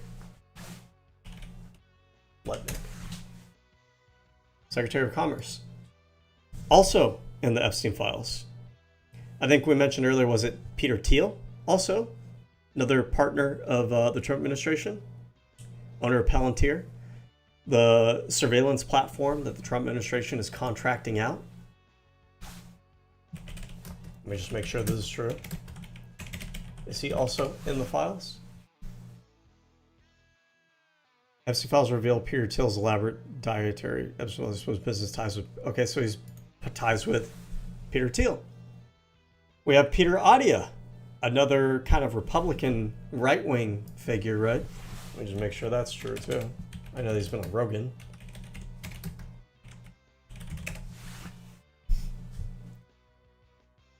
So it says he avoids.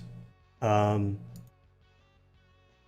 no significant public record of engaging in partisan politics.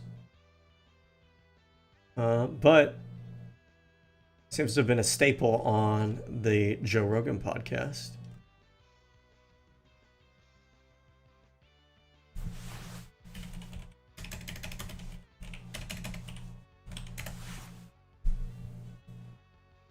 Based on reports, a longevity expert is facing significant, okay. While the search results do not show a direct personal connection between Adia and Donald Trump. Okay, so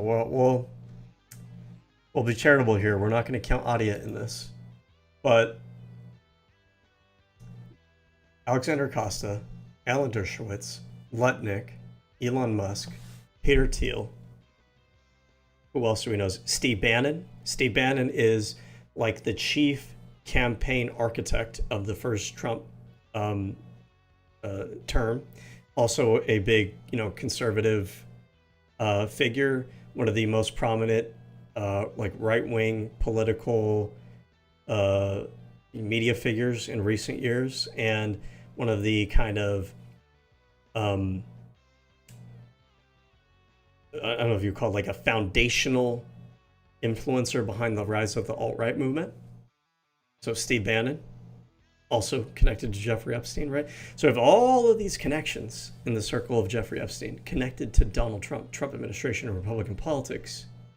But notice that when they cover this, they choose to focus on either like these vague connections to, oh, the government, the CIA, the FBI, right, without specifying, was it Republican, was it Democrat? Or they're going to focus on Epstein's connections with things like the Mossad, things like Israel, without focusing on, okay, he had connections with a variety of different countries. So it's always cherry picked to spin a narrative. The narrative is either focused at liberals or Democrats, or it's focused to spread more conspiracism about distrust of government. But the distrust of government is not distrust of Republican government.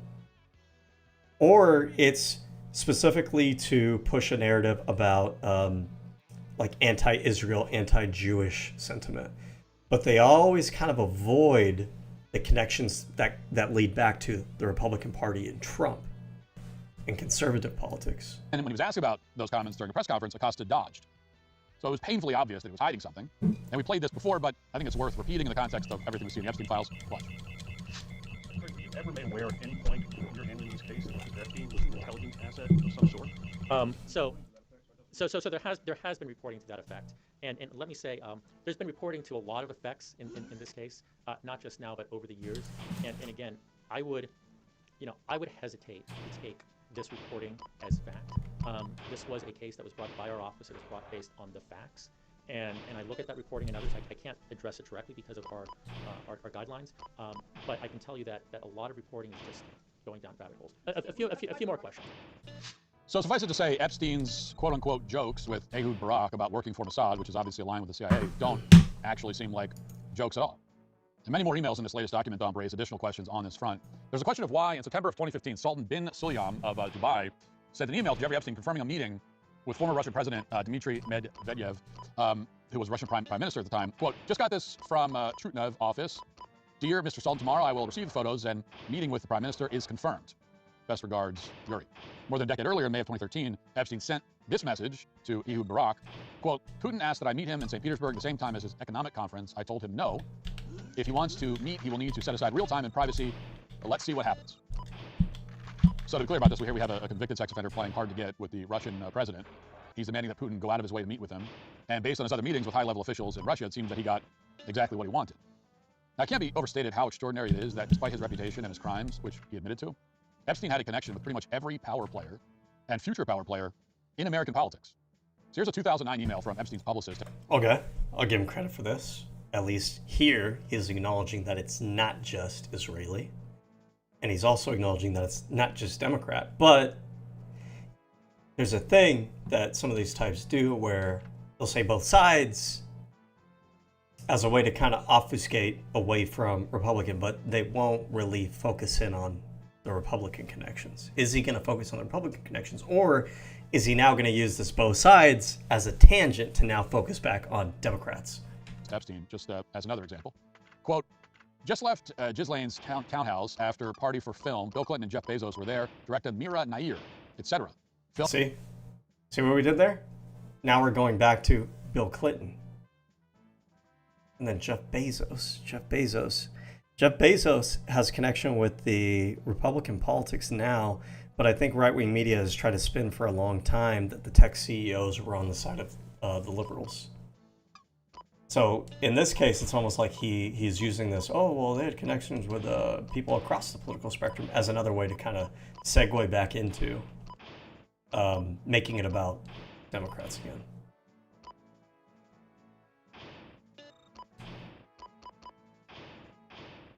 Film received tepid reaction, although women like it much more. Studio went for a free party from store and windows for a month. Going to be in Wall Street tomorrow. More to come. XOXO, Peg. Now, the director that's mentioned there, Mira Nair, who's mentioned in the email, is not a name you probably recognize, but it is a name familiar to Zohran Mamdani because that is his mother. Oh, see what I mean? So he takes that opportunity to say, oh, connected to like all of like U.S. politics as a way to attack, and again, Democratic politicians.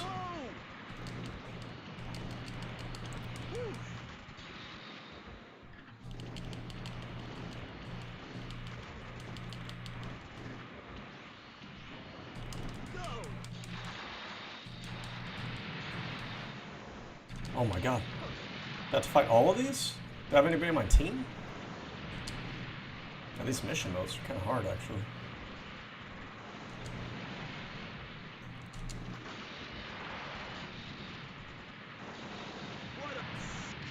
Oh, the command wolves are weak as fuck.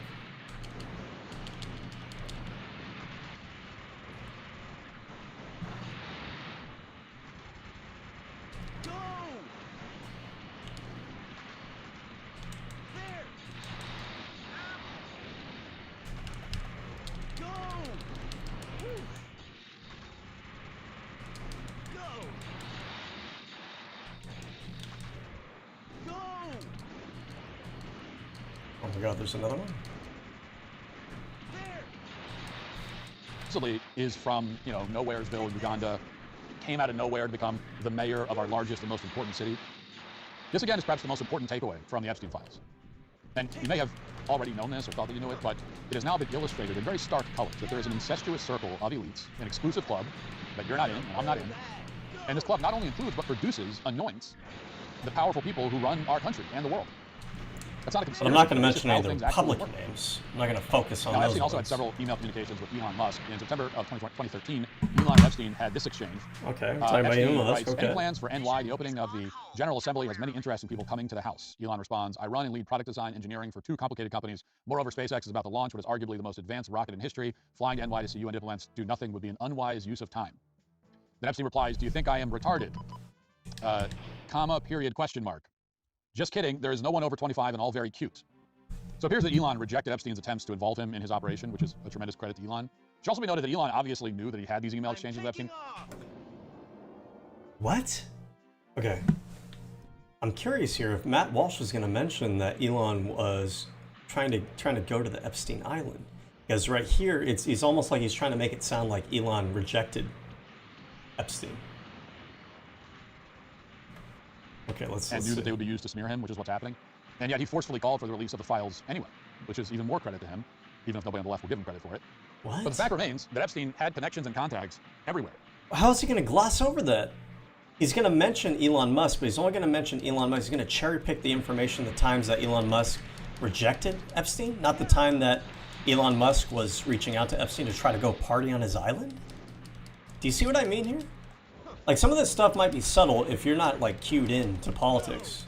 You may not realize what's going on here. But there's an attempt here, it seems like to me, to downplay the connections to the right wing, obfuscate it, label it as just both sides, but then focus on narrativizing that,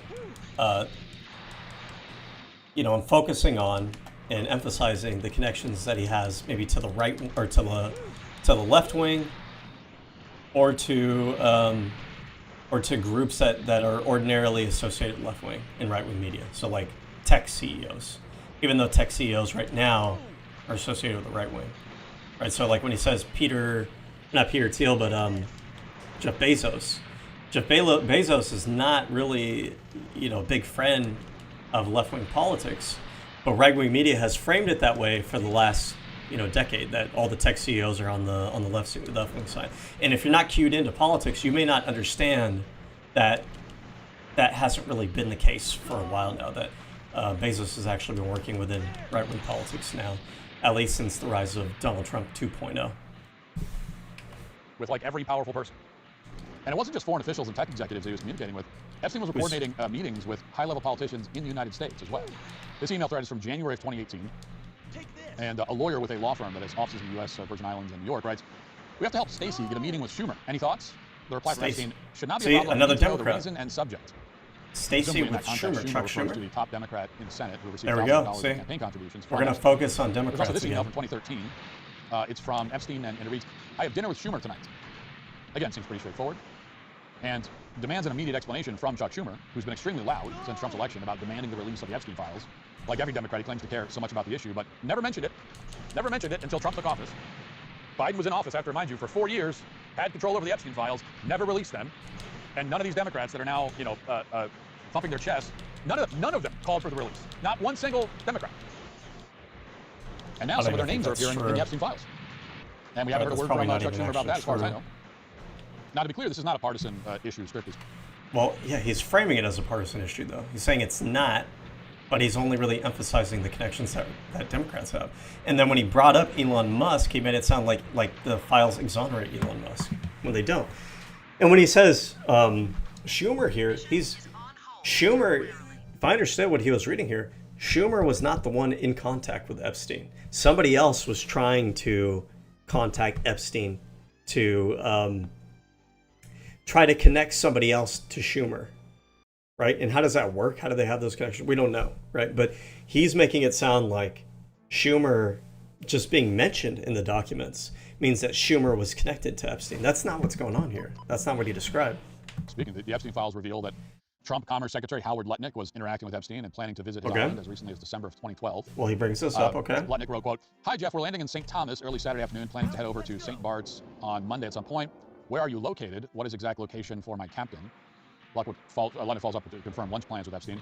And, that's an issue because Lutnick had previously said that he took one look at Epstein in 2005 and walked out the door, vowing never to interact with him again. Watch. Opens the door, and there's a massage table in the middle of the room, and candles all around and stuff. So I ask very insightful, cutting questions. I say to him, "Massage table in the middle of your house? How often do you have a massage?" And he says, "Every day." And then he gets weirdly close to me, and he says, "And the right kind of massage." Now my wife is standing here, so she looks at me, and I look at her, and we say, "I'm sorry." And we left. And in the 6 or 8 steps it takes to get from his house to my house, my wife and I decided that I will never be in the room with that disgusting person ever again. So I was never in the room with him socially, for business, or even for philanthropy. In fact, I was there, I wasn't going, because he's gross. And so I look back as a gift. Yes. He gave me a gift. Yes. Of a void. And so, yeah, that's my story. A one and absolutely done. Now, there are other recognizable names in conservative circles who have popped up as well. In conversations with Steve Bannon when he was in the Trump White House, for example, Epstein said that he needed passport details for Bannon's entourage, and for his part, Bannon appeared to enjoy showing off for Epstein. He wrote in one text, "Getting briefed by House Intel now on IG and Spygate." Epstein also praised Bannon's performance in an interview on ABC, saying that he looked like he was casting a spell on the anchor. And in that context, Epstein writes, "You're an honorary Jew anyway," to which Bannon responds, "Honored, I will drop the Christian and Christian Zionist." But Bannon didn't last long. In the Trump administration, April 2017, he was removed from the National Security Council. Oh, you see what he does there? Entirely. And that's what led to this email. It's from So he brings up Bannon, but he brings him up in order to separate him from the Trump administration. About Bannon's termination. Quote, "War between the Jews and the non-Jews. Jews presently winning." Now, by itself, you might think, well, that's some odd one-off humor. But actually, there was nothing one-off about it. Throughout this latest document dump, it becomes abundantly clear that Epstein harbored a deep disdain for Christians to a pathological degree. And many of his powerful associates Matt Walsh doesn't tell you here, though, is that Bannon that's not conspiracy theory or anti-Semitism or Nazism or anything just like that. cast it out of the Republican movement. Bannon has been involved ever since. He's been in CPAC very recently. He also expresses an overt preference for Jewish people many times without mincing words.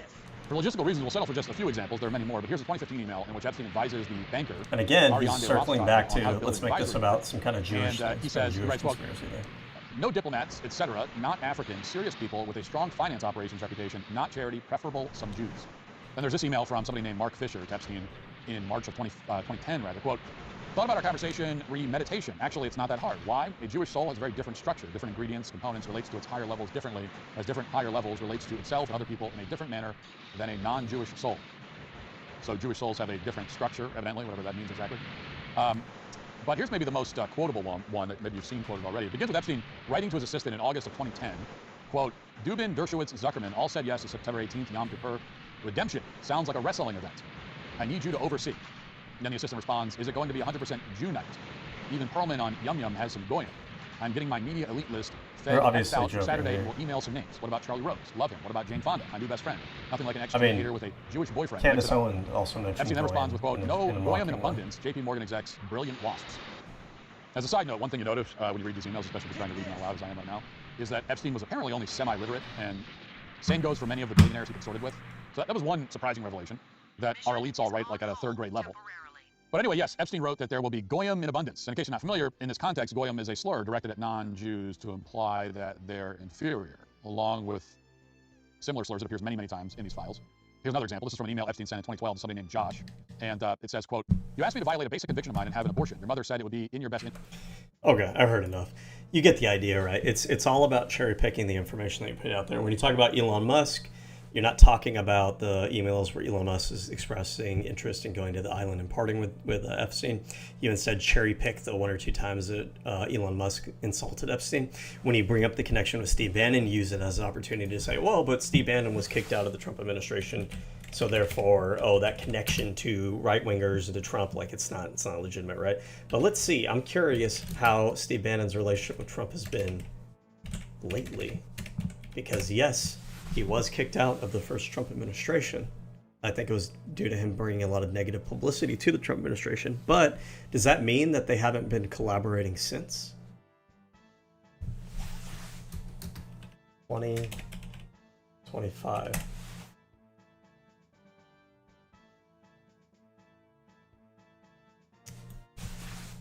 Has Trump worked with Steve Bannon in 2025? Actually, 2024, when he was campaigning.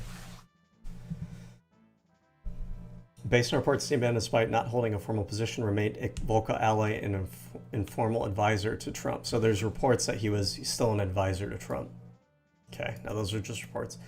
Amplifying his campaign's strategies. We know that he's still been a vocal supporter of him, and we know that Steve Bannon was at CPAC, which Matt Walsh doesn't mention, because Matt Walsh wants to make it seem like Steve Bannon has been separated from Republican politics because Donald Trump kicked him out of his administration the first time around. But no, Steve Bannon gave a Nazi fucking salute that we all pretend didn't happen at CPAC in 2025. I wonder if Matt Walsh reported on that at all. I wonder. Throughout 2024, Bannon used his War Room podcast to push forward strategies in line with Trump 2024 campaign goals. Bannon served time in prison for defying a subpoena in Capitol investigation. Wait, didn't Trump pardon? Did Trump pardon Steve Bannon? Steve Bannon. Pardon. Full pardon to Steve Bannon in 2021. Okay, so look, Trump kicks him out of his administration, but he still pardons him when he leaves office. And this indicates that when Matt Walsh presents it as Steve Bannon was kicked out of the Trump administration, whatever, and even saying kicked out might be a little bit too aggressive. It might just be that he resigned out of the administration in order to, well, actually, let's look this up. Steve Bannon leaves Trump admin. So 2017, White House Chief Staff John Kelly, and Steve Bannon have mutually agreed today it would be Steve's last day. So it's a mutual agreement. He wasn't fired. He wasn't kicked out. They said, we were grateful for his service and wish him the best. So even when Matt Walsh presents it as like a separation, that separation was amicable. And it seems like they probably separated the White House from Steve Bannon because Steve Bannon was too controversial of a figure at that time period because of his connection with the alt-right. And because Donald Trump during that time period was suffering a lot of media attention over things like the Unite the Right rally and like these neo-Nazi groups. And so he wanted to separate himself from Bannon. But Bannon was still working as an advisor. He was pardoned by Trump years later. And it looks like they still have a positive relationship, and Steve Bannon is still invited to like conservative news conferences and stuff. So when Matt Walsh brings up Steve Bannon's connection with Jeffrey Epstein, he makes sure to cherry pick that, oh, well, Steve Bannon was kicked out of the Trump administration. Not really kicked out, but he just left the Trump administration. And that factoid, that one discrete fact without the rest of the context makes it seem like to his audience, well, you know, this figure that Jeffrey Epstein was connected to, who's on the right, who was quote unquote on the right, well, you know, he was rejected from the right. Well, no, he wasn't really rejected. He left the administration on good terms, and he was pardoned by Donald Trump later. And it seems like he's been in Republican politics this entire time. But this is my whole point. The way that Matt Walsh and these other figures talk about the Epstein files, it is specifically to emphasize connections that Epstein has with figures that they don't like. If it's Israel, if they want to spend like an anti-Semitic angle, they emphasize those connections.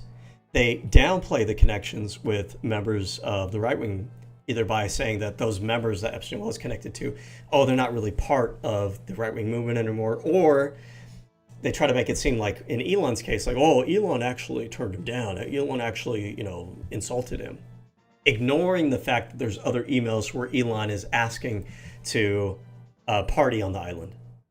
So it's all about narrative framing. It's all about how you make your audience focus. It's all about cherry picking what they focus on. Okay, so that's Matt Walsh. Now let's look at this other Michael Knowles character. Justice has released 3 million previously unseen documents, pictures, and videos related to Jeffrey Epstein. So loud. I spent the weekend going through more of them than I probably should have. Did you Some really? of the claims in the files are shocking.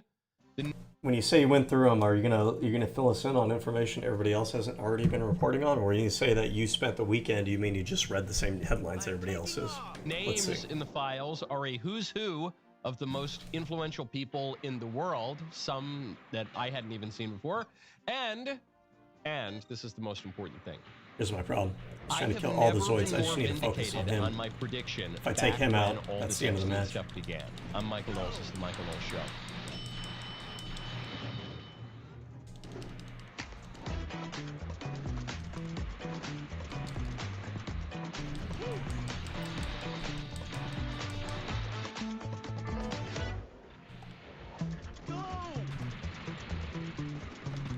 Welcome back to the show. Christopher Nolan is doing a new movie about the Odyssey, like Homer's Odyssey.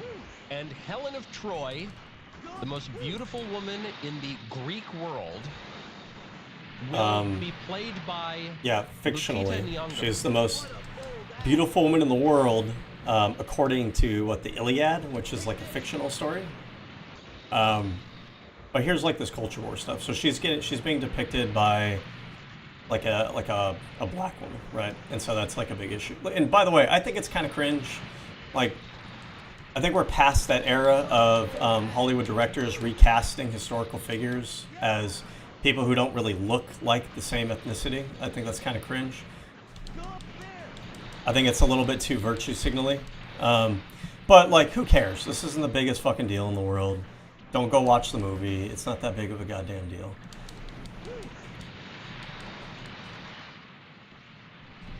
But I think the concern here is that, like I was saying about conservatives, they're concerned about how media might influence the culture. They believe that individuals should kind of take their cues culturally from, big cultural figures. Like, if conservatives had their way, the state would heavily kind of regulate culture. And they already do that. You see that with the Trump administration. They try to push things like patriotic education. They try to shut down, CRT, DEI education that they don't like. So a lot of it is in the conservative mind, this connection between like the media needs to reflect what our values are. Go. That's why it's a big deal. Some with people them. are surprised Anyways, by this casting. Seems a little let's skip ahead. For more trans. Not sure if you saw the news, but Fox News is claiming President Trump is declining in the polls, and President Trump responds. I don't care. Fuck off. Transparency on Epstein, and even when it comes to transparency, I think what people really want is just justice for people who have committed crimes. And what they want even more than that is just know who this guy was. Who was Jeffrey Epstein? What does he represent? I think that's really, when people talk about Epstein, that's what they. That's not what they care about. They want to know who was in the files, who was part of. They want to know about Jeffrey Epstein as a character. They don't want a puff piece on him. Really want. And one way they talk about it is by saying we need justice for the victims, and the more abstracted way they talk about it is we need transparency. We actually don't need transparency over a lot of how our government and Justice Department function. Certain activities of the government, just like activities of business, actually do require.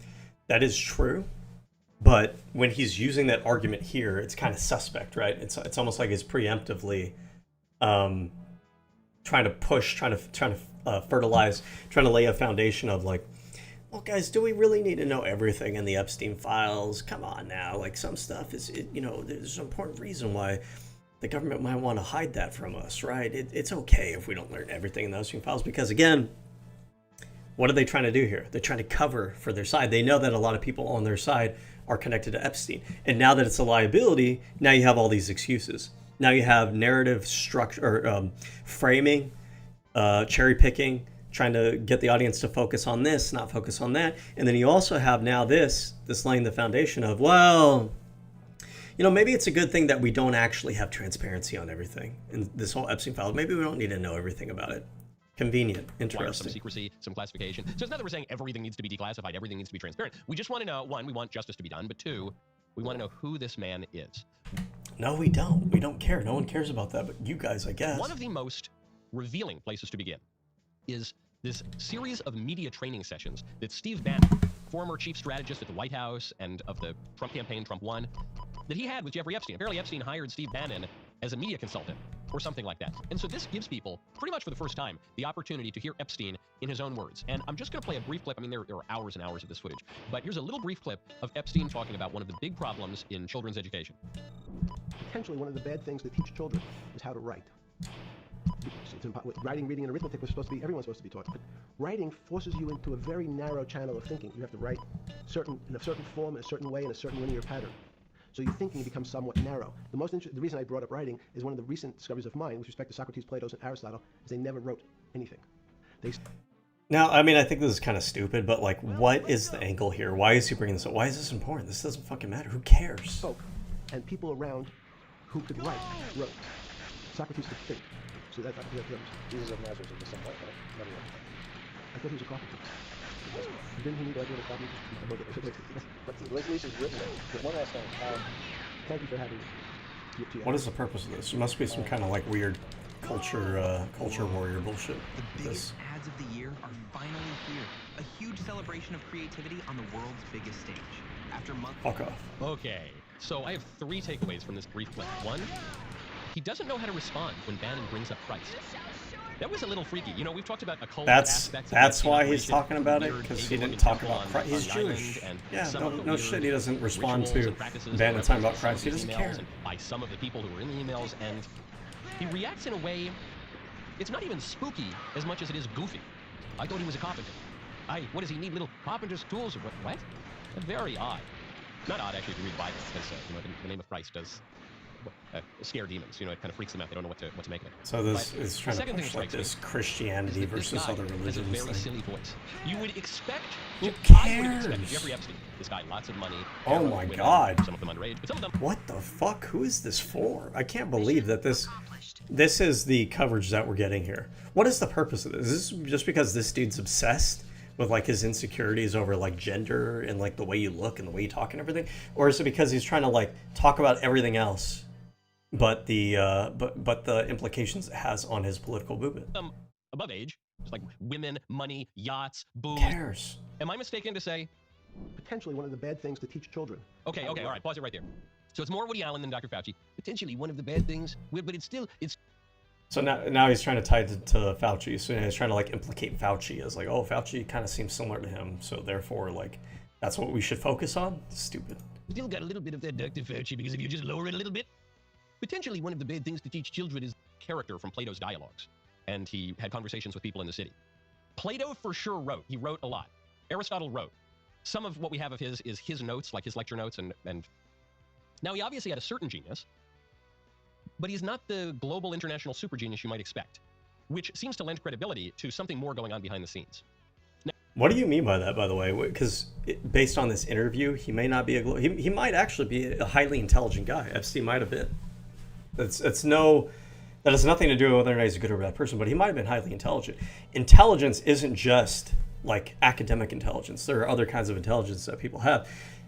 You have people like, if you work in the business world, if you've worked with people in professional settings, sometimes people that are like highly intelligent, high functioning, like sometimes they're engineers, sometimes they're doctors, write really shittily, but they do so because it's not an important skill to them. It doesn't really matter to them. As long as you understand what they're trying to communicate, that's all that matters.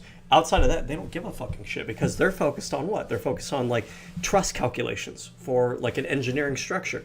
They might be focused on medication, what do you call them? What is it called? When medications mix with each other, whatever that is, right? But they might focus on that. Otherwise, they don't really care about what doesn't matter to them. It's not important to their job role. So Jeffrey Epstein might be maybe not like an academically minded person, but it could be the case that he was actually good at business It might be the case. It might be the case that he was good at business. It might be the case that he was good at like business finance. It might be the case that he was really good with like networking and things. And those are kinds of intelligences, right? And by the way, he was maintaining apparently this pedophile operation for decades without people finding out. And even when they did find him, when the Fed did find out, he was able to escape, like strict accountability for it. That says something. Whether you like, it's not about whether a good or bad person. There are people who are highly intelligent throughout history who use it for evil. But to be able to navigate relationships that way, to navigate the legal system that way, to navigate diplomacy that way, to do things nefariously, find the right people to connect to, leverage influence you have over those people in the right way. That is a type of intelligence. That is a type of cunning. Now, it's worth pointing out, Jeffrey Epstein, ostensibly, is a Wall Streeter. And Wall Streeters are not necessarily that smart. Wall Streeters are very good at making money. That is a specific skill set. It does not imply that you know anything about Plato and Aristotle. It does not imply... You knowing a lot about Plato and Aristotle also is not an indication that you're highly smart. But like this gets back to like this conservative mythos that is perpetuated over the past couple years, where it's like they name drop, Marcus Aurelius, Plato, a really smart person. They should read the Republic, right? The Republic, if you read it, a lot of the things that are in the Republic are not really super... They're not super novel today. They might have been concepts that were interesting and novel at the time period that they're written, but they're now concepts that are so ubiquitous in our understanding of the world and everything, because like, and part of that could be owed to the fact that the Republic was written way back then, and then it gets passed down, the ideas get passed down throughout history. But if you read it now, like you going back and you reading the Republic is not going to make you a super intelligent person. It's kind of like a way of you virtue signaling, pseudo-intellectualism. There's not, no offense or anything, but there's not a lot that's in the Republic that's like, oh my God, like this is high level, PhD level political philosophy and, whatever. But conservatism relies so much on like this narrativizing of tradition. And so to them, they want to narrativize about like Western culture, Western tradition. And so we must venerate Plato and Aristotle and Socrates and all that. And so like if you're not familiar with Plato and Aristotle and everything, then you must not be smart and intelligent. That's not really the way it works. Imply that you are a particularly deep thinker. It can. There are intelligent Wall Streeters, but like for example, right? Sometimes these people will also cite things like, I'm a sophisticated guy. I'd like to read things like The Art of War and Plato's Republic. And I listen to The Art of War on audiobook. It's not that interesting. And it's the same thing where The Art of War has a lot of kind of like basic entry level concepts around like tactics and strategy and military philosophy and stuff like that. But it was written so long ago that modern warfare has, in like the study of modern warfare, is like way beyond it. It's built so much more on top of that. And the things that are in The Art of War are things that they're so common in the public's like common knowledge that they're not really like super interesting niche, insights for you to take grasp of. It's an important work because of the influence that it had at the time period that it was released and everything. But it's not important in the sense that if you read it, you're going to be so much smarter than the average person in public. The ideas that are in there have been permeated throughout our society so much to the point now where the stuff that's actually in the Art of War it's not super deep to the average person anymore. And that's not to detract away from Sun Tzu or like Plato or Aristotle, these people that wrote these things in the past. Ideas that today will be considered novel and like revolutionary, 100 years from now, 1,000 years from now will be common knowledge. That's just kind of the flow of time. That's kind of how it works, unfortunately. So it's not to knock those people or anything, but a lot of times people will like name drop these like old philosophers or like these old books or like these pop culture invocations of what's supposed to be like sophisticated, intelligent literature and everything. And it's like, it's pseudo-intellectual. It's like trying too hard to put on the image of sophistication. Just like this room setup is meant to give you the impression of sophistication. But that impression of sophistication it's a simulacrum. It's copy and pasting. His setup for his room, I think it looks nice, don't get me wrong, but it's so indicative of the conservative mind because this setup right here is something that you can pull out of a catalog. There's nothing in here that tells me, if I just look at this, that this is a sophisticated person. Because if I can look at a scene like this and see that there was something unique to the design, to the architectural style, that spoke to some uniqueness of his character, but it was working cohesively, that would tell me that this is a person who has integrated their influences in life and can use them to then synthesize something new and intelligent. Simply copy and pasting things that are like out of a design catalog for you to copy and paste does not tell me that you yourself are sophisticated. It's not a one-to-one. So it could just be that he's kind of a bruiser Wall Streeter. I mean, some of the guys in sales and trading around the floor of the New York Stock Exchange, they're tough guys. They're the kind of guys if they weren't working there, they'd be working at a butcher shop in the Bronx or something. Okay. So and the Musks and Silicon Valley and this and that and this and that. He's just moving with everybody. The Israelis and the Arabs and the Russians and the Americans and just everybody. He's an influence peddler. So this is the question. Who is Jeffrey Epstein? There seem to be 4 buckets of stuff that we learned from the files that we already knew, by the way, about Jeffrey Epstein. There's the finance bucket. There's the politics bucket. There's the weird sex bucket, obviously. And then there's this last thing. There's the science bucket. Jeffrey Epstein founds an institute, Santa Fe Institute. It's in the... I was wondering, what is the whole purpose of this entire summit? Like, no one actually cares who Jeffrey Epstein is. And we all kind of know the important aspects of who Jeffrey Epstein is, but why is he bringing this up? This is the angle that he's trying to go down now. He's going to leverage, again, how is right-wing media covering this? They're utilizing, cherry-picking what they want the audience to focus on to further their narratives. So now the angle that he's going to try to use Epstein to is, look at Epstein's connection to academia. See what I mean about how academia is bad? It's full of all these bad influences and these like elitist professors and academic institutions and the academic elite that are influencing our society. And you peer behind the curtain, and it's all these nefarious characters. That's the angle that he's going down. Bannon interviews to pick up a bunch of scientists at the end of the Cold War because they had nuclear scientists working during the Cold War. They were out of work. He wanted to scoop them up. He's palling around with a lot of people from Harvard and MIT. He's very interested in things like string theory, and it's weird. And so the question for people is, how do these things fit in with one another, and who is he? How is this thing? I will go very quickly through the Epstein files that most stood out to me. That includes links to the Russians, to the Arabs, to the Jews, to the Syrians, to the Americans, to the Brits, to everybody, to the CIA, to the FBI. I mean, how much time do we have? And what new things have we learned? We will get to all of that. First, though, I want to tell you about Cowboy Colostrum. Go to cowboycolostrum.com/Knowles, KNWLES. If you finally want to fix your gut, /Knowles. Whoa. What's that? I just built a budgeting app with Base 44. Guys, Nina just built an app. Sells out. Why do you need to build an app with Base 44 when there's already budgeting apps that are out there? Redacted to Jeffrey Epstein. Spoke with Igor. He said last time you were in Palm Beach, you told him you had an appointment with Putin on September 16th, and that he could go ahead and book his ticket to Russia and arrive a few days before you. He also looked into security in Sochi for you. He said, regardless, he will still need to go to Russia tomorrow to sort out his Russian passport, which expires at the end of September, so he will still fly back to New York on the 19th. He'll be happy to go back to Russia with you on September 26th if you don't. Okay. How is Jeffrey Epstein getting appointments with Putin, at this time, leader of Russia for over 10 years? Is he... Okay, let's just put this in the column of maybe he was working with the KGB. If he's a super spy, maybe he was working with the Russians. Next one. This is an email from a sultan in Dubai, Sultan bin Sulayman, a big business leader in Dubai.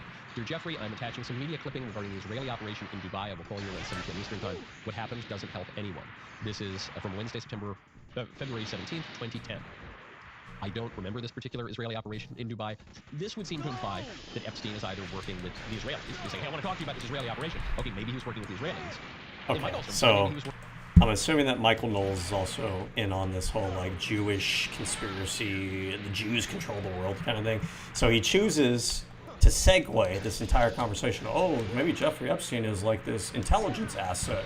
He was like a secret spy, secret political operative, which he kind of was. He was involved in different political influential people, just because in general it seems like he was connecting to anybody influential he could possibly connect to. And he was using his ability to network to connect other people to other influential and powerful people in order to keep himself relevant. Sure, right? But he's choosing to use this to focus on the Mossad, the Israeli, the Jews control the world angle, right? Working with the Arabs.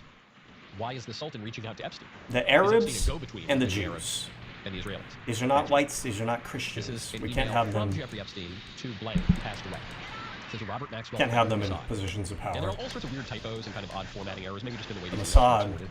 But Robert Maxwell was the spy, reportedly a double or possibly triple agent for Israel and Russia and maybe the British, who had a big media empire. He was the father of Ghislaine Maxwell, who was the girlfriend and madam for Jeffrey Epstein, and Robert Maxwell died under very suspicious circumstances and got a funeral in Israel. So Robert Maxwell threatened Mossad. Tell me about that. What do you mean by that? He told them that unless they What gave him $400 mysterious million to save the crumbling circumstances? empire, he would expose all he had done for them.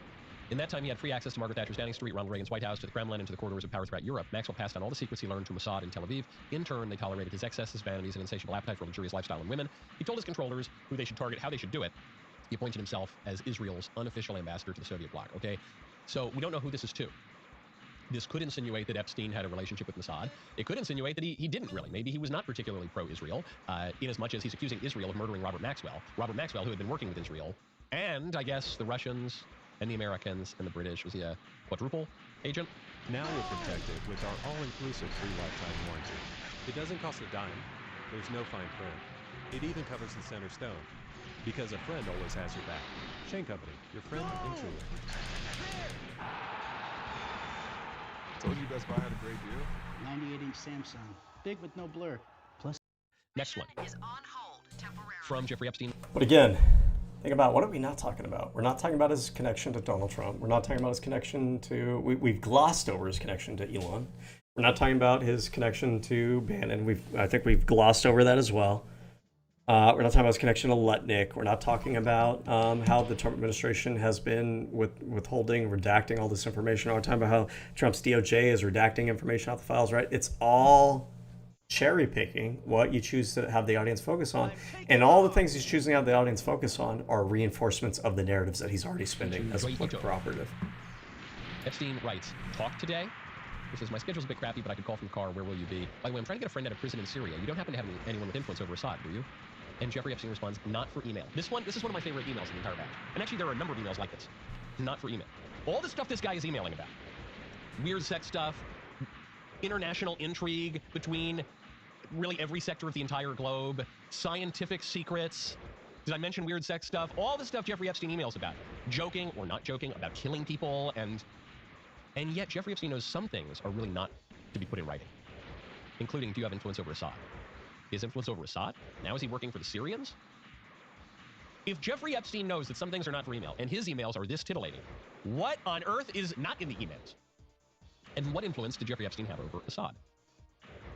Okay, now let's try to nail in on which intelligence agencies, if any, he was working for. Here's an email from a guy named Greg Brown to Jeffrey Epstein. Jeffrey, this is from 2011, understood, remember, there are already $80 billion in frozen assets internationally, of which $32 billion are in the U.S. It's estimated that the real number is somewhere to 4 times this amount in sovereign, stolen, misappropriated assets, blah, blah, blah, blah, blah. They're talking about Libya, right, during that Libya operation. Look at all this Libyan money that's up for grabs. Now, here's the key. They're talking about the law firm they've retained. It would be to our advantage to pay them on an hourly basis and initially go after the low-hanging fruit, which would enable us to keep more of the money. I also have friends formally, I don't know if they mean formally, like officially, or formerly, because there are a lot of typos in these emails. I also have friends formally with MI6 and Mossad willing to help identify stolen assets and help them get recovered. This is a weird email because the claim that we've been hearing is that Jeffrey Epstein worked with Mossad.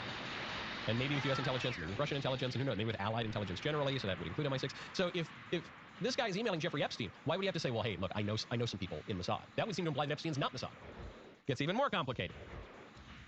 Jeffrey Epstein writes a letter to the CIA under the Freedom of Information Act asking for any information the CIA has on him. But Epstein doesn't write the email himself. I got to give a hat tip here to Mike Benz. Mike Benz identified this email. I'm in the 3 million. He writes the letter from his lawyer, so it would not necessarily come out that Jeffrey Epstein had requested this file. And the lawyers say, hey, we don't know exactly what the lawyers requested. We do, however, know the CIA's response, and this is very, very interesting. Let's pull up the CIA's response. We have it. Okay. Dear Mr. Weinberg, Epstein's lawyer, on July 25th, 2011, the Office of Information Privacy Coordinator received your letter request providing additional information pertaining to your client, Jeffrey Epstein. Okay. Since you have provided the necessary information, we processed Mr. Epstein's request in accordance with the Freedom of Information Act and the Privacy Act. We searched for CIA-originated responsive records that might reflect an open or otherwise acknowledged agency affiliation existing from November 5th, 1999, the date of our previous acceptance letter, to July 25th, 2011, the date we accepted Mr. Epstein's current request. We were unable to locate any information or records. That phrasing. We searched for CIA-originated responsive records that might reflect an open or otherwise acknowledged agency affiliation between 1999, well, from 1999 to 2011. Okay. In this life of masculinity, when do you know to ask for help? I think that's the hardest thing, especially when you're trained and it's deeply embedded. Open or acknowledged? Well, we know that a lot of what the CIA does is not open or acknowledged. Why is Jeffrey Epstein requesting this information from the CIA in the first place? Probably because he was getting investigated why for would he, his what child sex specifically did he trafficking. request? Did he say, is there any open and acknowledged relationship? Some of it was between international, so it would Go include on. the CIA, says, with rather respect than to just responsive FBI records or with domestic. classified connections to the CIA. Facing According to Section 36A of the Executive Order, law enforcement As agencies. amended, the CIA can neither confirm nor deny the existence or non-existence of records responsive to your request. The fact of the existence or non-existence of requested records is thoroughly and properly classified and is intelligence sources and methods information that is protected from disclosure by this section of the CIA Act of 1949. We can neither confirm nor deny, which is the CIA's response to just about everything. What is this about? Mike Benz made this great. Mike Benz has been on the show before. He made a great point. He said, you know, the way Jeffrey Epstein is requesting this information is basically the way that CIA personnel request personnel files. Previously, according to some of the Epstein files, he had bragged about having a relationship with the CIA, working with the CIA.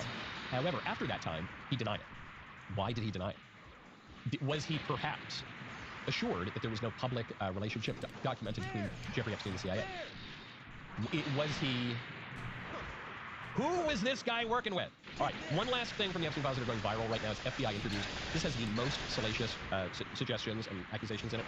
Get to that momentarily. First, I want to tell you about Done With Debt. Go to donewithdebt.com. You're running a credit card and loan debt after the holiday season, and you're not alone. But here's something most people don't know. Now is actually the best time of year to negotiate with your lenders.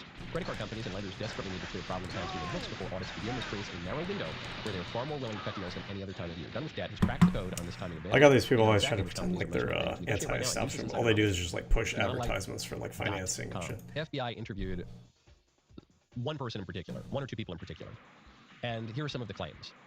George H.W. Bush like raped a baby or something like that. George Bush and Bill Clinton raped someone, I think at the same time. Epstein and Clinton raped a guy at the same time. There's another one, it was like Bush was raping someone or eating a baby or something while Trump watched or something like, oh, you say, wow, that's really crazy. And then you get to reports, Redacted, stated all of the above incidents were, quote, recovered repressed memories until he began therapy sometime in 2016 approximately. Redacted offered no supporting or corroborating evidence or witnesses that could be contacted.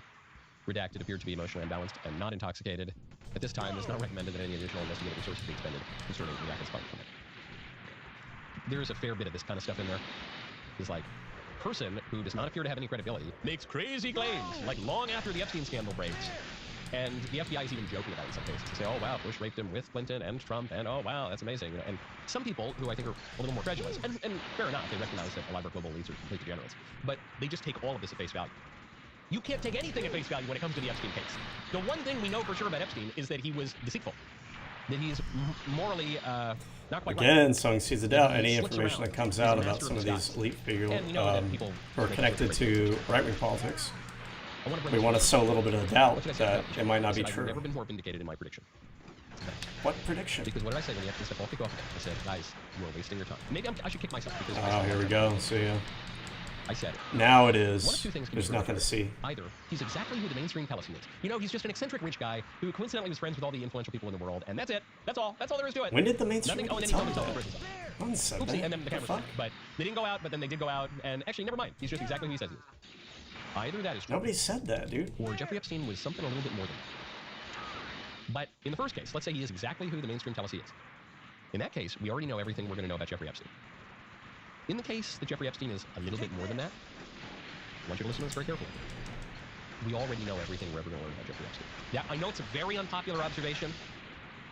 Give up, guys. Nothing else to see here. Documents just came out. What significant new That's the end, guys. We found out everything we're going to find out. Let's just let it go. Nothing else to see yeah, here. really interesting. Well, did you know he was talking to the Arabs? Actually, yes, I did. Did you know he was talking to the Israelis? Yes, I did. Did you know he was talking to American intelligence? I did. Did you know? We all knew all of it. We all knew all of it. So there are more titillating examples of this. Okay. Wait, are you even listening? You've been taking a single note this entire meeting? I'm actually listening better than I ever have. Damn. Let me share my screen. Do you see this? Okay. Everything we're saying is being Dude, shown. commercials like every 2 minutes. What significant new finding for the people who come out and say, why That's don't it, huh? we do something about do what? And then they blew past the deadline, and we still don't have all of the information. The idea that Jeffrey Epstein would have been operating from the 80s or earlier through the mid-2000s before he's arrested on the sex stuff, that he would be operating with all these players in the world, and then he'd get arrested, he'd get some sweetheart deal, and then he would get arrested again a decade later, more than a decade later, and then all of the files incriminating him and everyone around him would just continue to exist. That is an absurd notion. I'll tell you the one thing, the real concrete thing that people want to know, the one real concrete thing, they want to see what happened in that prison cell. If we could see, conveniently we can't, if we could see what happened in that prison cell, that would help to clarify a lot. Did he kill himself? Was he killed? Was he smuggled out of prison? I don't know. What happened in that cell? We don't know. A lot of people think he's probably more than he made himself out to be. He mobbed up with intelligence. He seems mobbed up with all the intelligence, not even just U.S. allied intelligence. Okay, I don't know what the purpose of all that was. Yeah, I don't know. The coverage here just seems to be like almost like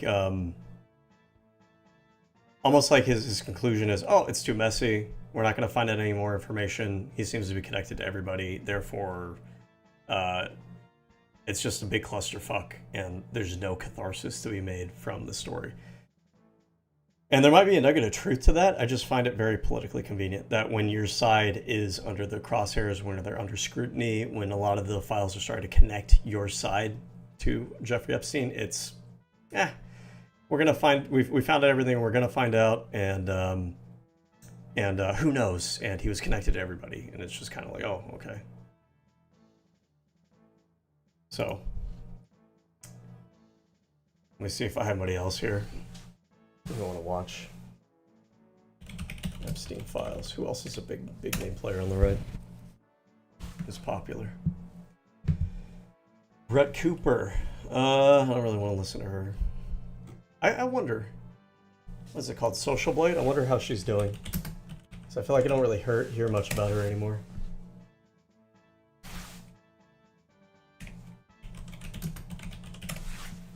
Has she been waning, or is she starting to rise back up again?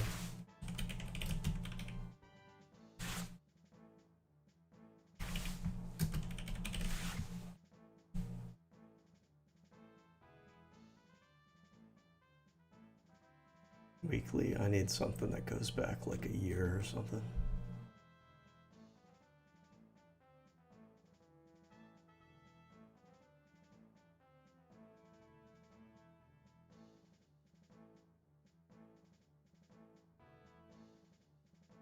Oh man, I gotta have like a subscription to see this.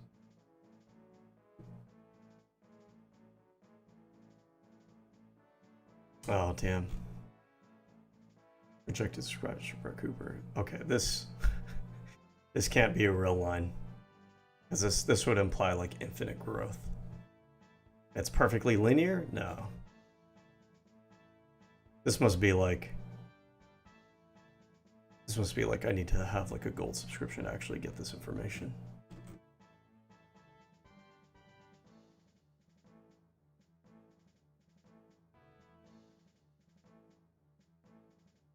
God, dude, these websites are AIDS. I can't navigate anything without a billion ads on everything.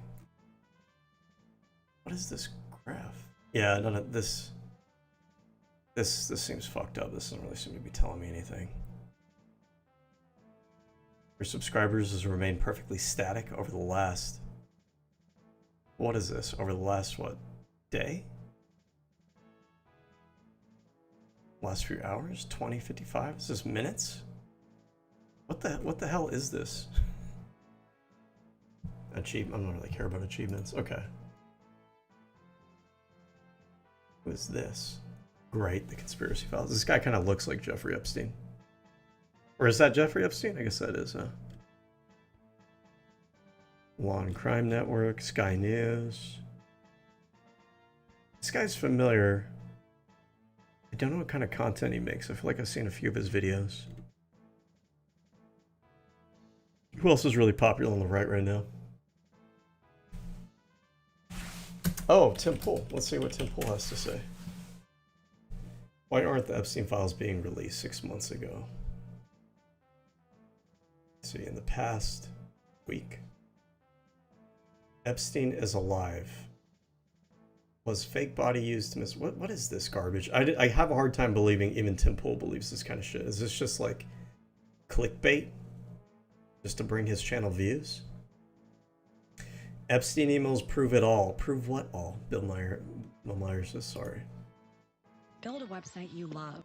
This is going to be, without even watching, this is going to be that typical narrative of, oh, look, the conspiracy theorists on the right were right about everything, even though the conspiracy that they were pushing was that the Epstein files would prove that liberals and liberal media and the Democrats and the leftists and the globalists were all involved with Jeffrey Epstein. Whereas what the Epstein files actually do show is that he had connections with people across the political spectrum, across different countries, and that there's a lot of connections with the very politicians that this guy was advocating for this entire time.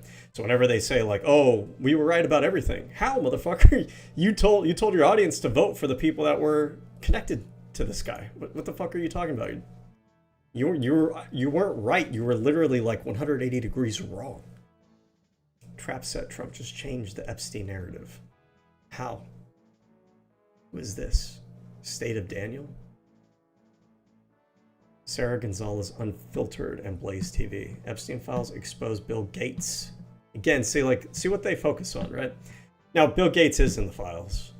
I don't know if we have information that he like did anything with the child, or even if the person that's pictured with him is being trafficked. It could just be an affair. But yes, he's in there. But why is it that like we're focused on Bill Gates? Why aren't we talking about like his connection with Trump? Why aren't we talking about the Trump DOJ redacted files? Why aren't we talking about his connection with Elon Musk? Like it's all about, we take what's in the files and we pick and choose who we're going to focus on. Who are we going to cherry pick a narrative out of?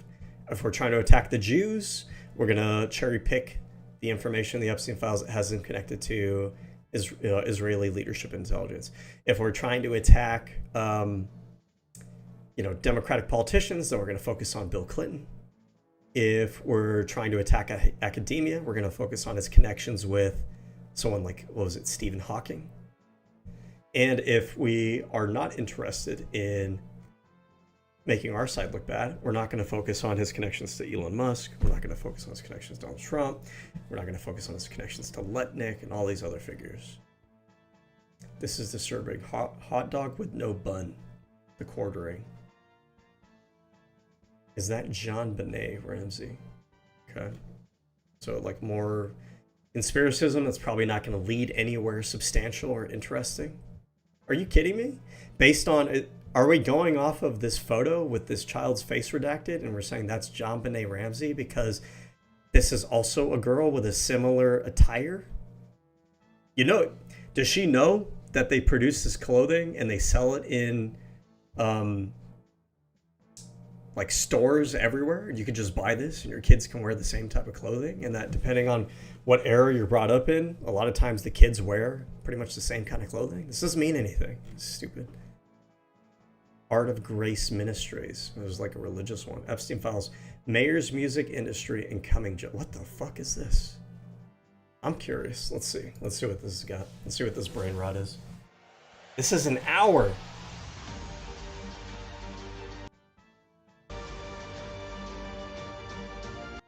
Apparently Groundhog Day, and Puxatawny Phil, apparently it's 6 more weeks of winter. I don't know what they do with this precious little groundhog. When did this come out? This was 6 days ago? Why does your setup look like this in the background? I thought this was like a Christmas decoration. What the fuck is this? But you've got... Wait, this is Christmas decoration. You got the snowflake here, snowflakes. I assume the white trees are supposed to be like they're frosted, like they're snowed on. I mean, I'm not a big stickler for like you left your Christmas lights up after New Year's, but we're in fucking February now. What are you doing? 6 days ago, yeah, we're February 2nd. Half the country mad at you right now after the snowstorm that we've just experienced. Hello to everybody jumping in. I want to say hi to a few of you, of course, that are coming in. It is cold here. So I feel your plight, people who are watching. It's very. I mean, I can understand if she lives in an area that's cold or like still snowy. Maybe she lives in like Minnesota area or something. it could still feel like Christmas season, I guess. To see who's coming on from what state, what city, what town. I So I'm gotta go scrolling to down. A lot of space. people talking about praying. That's wonderful. Prayer is always a wonderful thing. The effectual fervent prayers of a righteous man do indeed availeth much. Lake Isabella, California. I see you. Hello. God bless you. Southeast Pennsylvania and Philadelphia. God bless you. I see Indiana and Texas. God bless you. Oh, let's see who else is coming on tonight. Utah. God bless you. Get to the right now, point. and our neighbors in the Adirondack Mountains in Washington as well. And to the Lord, and we'll be off and running tonight. Day. And Father, in the name of Jesus Christ, Lord, 6 minutes he rose in. again, ascended to be seated victoriously at the right hand of the Father, where he rules and reigns forevermore. He is the King of Kings, the Lord of Lords, the name above all names, and our advocate without ceasing before your throne, and we honor that before you this day. Father, in the name of Jesus Christ, we welcome your presence in. The presence of Ruach Elohim, the Spirit of the living God, and the Ruach HaKodesh, the Holy Spirit, into this place. All right. I ask you, fill us in the name of Jesus Christ. Command in the Holy name of Jesus shit. Christ, they be canceled, aborted.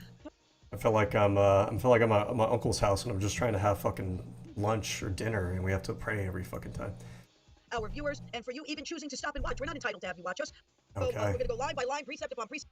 Doer hates the light, and Oh the my Lord shall God. cause the dross is coming to the top, says the Lord. It's about to boil over. The cauldron of their own making is about to be tipped over, and many All right. All right. Damn. That's a lot of brain rot. Okay. Let's see what Tim Pool's got to say. Apologize to some of these QAnon people, because it turns out with the Epstein files that a lot of this stuff was actually true. Now, I have a question for all these people in media. They claim so. QAnon, just to be clear, QAnon was this conspiracy theory that the DNC was involved in some kind of like child sex trafficking thing involving this pizza parlor in Washington, D.C. called Comet Ping Pong, which served pizza. And so like some of the Podesta emails that were hacked by Russia and released by Russia through, I think, WikiLeaks or some shit like that, had some strange looking emails, which, yeah, they're kind of weird, and maybe it was like coded language or something, but we never had any information that it was coded language for child sex trafficking. But when he says, and a lot of them say this kind of thing, like, oh, QAnon was right. QAnon was right about what? What in the Epstein files has vindicated the whole Comet Ping Pong story or the DNC being involved in child sex trafficking? Nothing. I don't know what the fuck they're talking about. It's like they have this loose association that, oh, the Epstein files show that there is like child sex trafficking with elite members of society, which who denied that that was the case? Everybody knew that that was the case. The question wasn't whether or not that was true. The question was who specifically among these elite members of society were in the Epstein files. And QAnon made it seem like the people who were involved in child sex trafficking were like the liberals, the Democrats, the globalists, the LGBT people, right? But that's not what the Epstein files show. The Epstein files show that it's people like Donald Trump, Elon Musk, Peter Attia, Peter Thiel, who else? Howard Lutnick, right? Bill Clinton, right? I'm gonna be fair. Bill Clinton's in there. Bill Gates is in there, right? But it's not every fucking body that we ever assumed was in the Epstein files is in the Epstein files. QAnon was pretty specific. They weren't saying that it was Donald Trump or Howard Lutnick or Stephen Bannon. In fact, the QAnon people were supportive of Donald Trump and Steve Bannon and like these right-wing figures. So to pretend like QAnon was vindicated, motherfucker, QAnon told people to vote for the people who were connected to Jeffrey Epstein. What the fuck are you talking about? Lied and cover this up. I mentioned this before, but James O'Keefe famously got that leaked video of Amy Rohrback being like, I got Epstein dead too, right? I mean, Clinton was involved. And this shit, we knew that already. What contributes to the Epstein story, its expansion, the intrepid journalism we've seen here, the work of Mike Cernovich and Mark Randazza. And how come all these journalists debunk something that we now know to be true? Well, my friends, on the screen, what you Well, because they debunked the part about the Comet Ping Pong, which was not established in the Epstein files. What do you mean? I don't even know why I'm like getting outraged and everything. The reality is I know how he works, I know how he operates, and I know how his audience works. His audience doesn't realize that what he's saying here doesn't really logically follow. He's using it to spin like, oh, the right wing, we were right about everything, and the liberals and the media was wrong about everything. The media said that the story that QAnon was pushing about Comet Ping Pong was not established, and it wasn't established, and it still isn't established. The Epstein files don't show that. see is an email that I found because I've been digging through the files and the Epstein emails because believe it or No, not, you haven't. None of these people have been digging through the files. They've been doing the same thing all of us have been doing. They've been reading the same headlines. They talk about the same stories everybody else is talking about. I doubt that he's actually sitting there on the weekend actually going through the I Epstein decided to files. take a look through some 3 of million Epstein's different documents. emails, and I found this one, where he You literally found lists it! the word pizza. That's it. Nothing else. I don't think he found it. I think everybody else has actually been citing the same email. I just want to ask this question. Why did you redact the recipient of this email that literally just says pizza? That's a good question, but he's making it seem like they specifically redacted this email related to pizza because it's like tied into Pizzagate or whatever. The reality is, if he was actually being honest and he was actually being critical of this administration, which we know that he's not going to do, they've redacted so much at this point, and there's a lot of questions about why they've redacted so much, about why different emails have names redacted, about why suspects are redacted out of the emails. It's not just this one email about pizza, but of course, this is what he wants to focus on. This is what he wants to direct the audience's attention to and cherry pick about. But like none of this actually, pizza by itself doesn't really tell you anything. Number one, pizza by itself doesn't tell you that it's connected to the QAnon conspiracy that was related to the DNC and John Podesta. Maybe it is. Let's see. Hold on. Let's look at the boxes here. We got 1, 2, 3, 4, 5, 6, 7, 8, 9, 10. I'm gonna guess that these are characters. Podesta.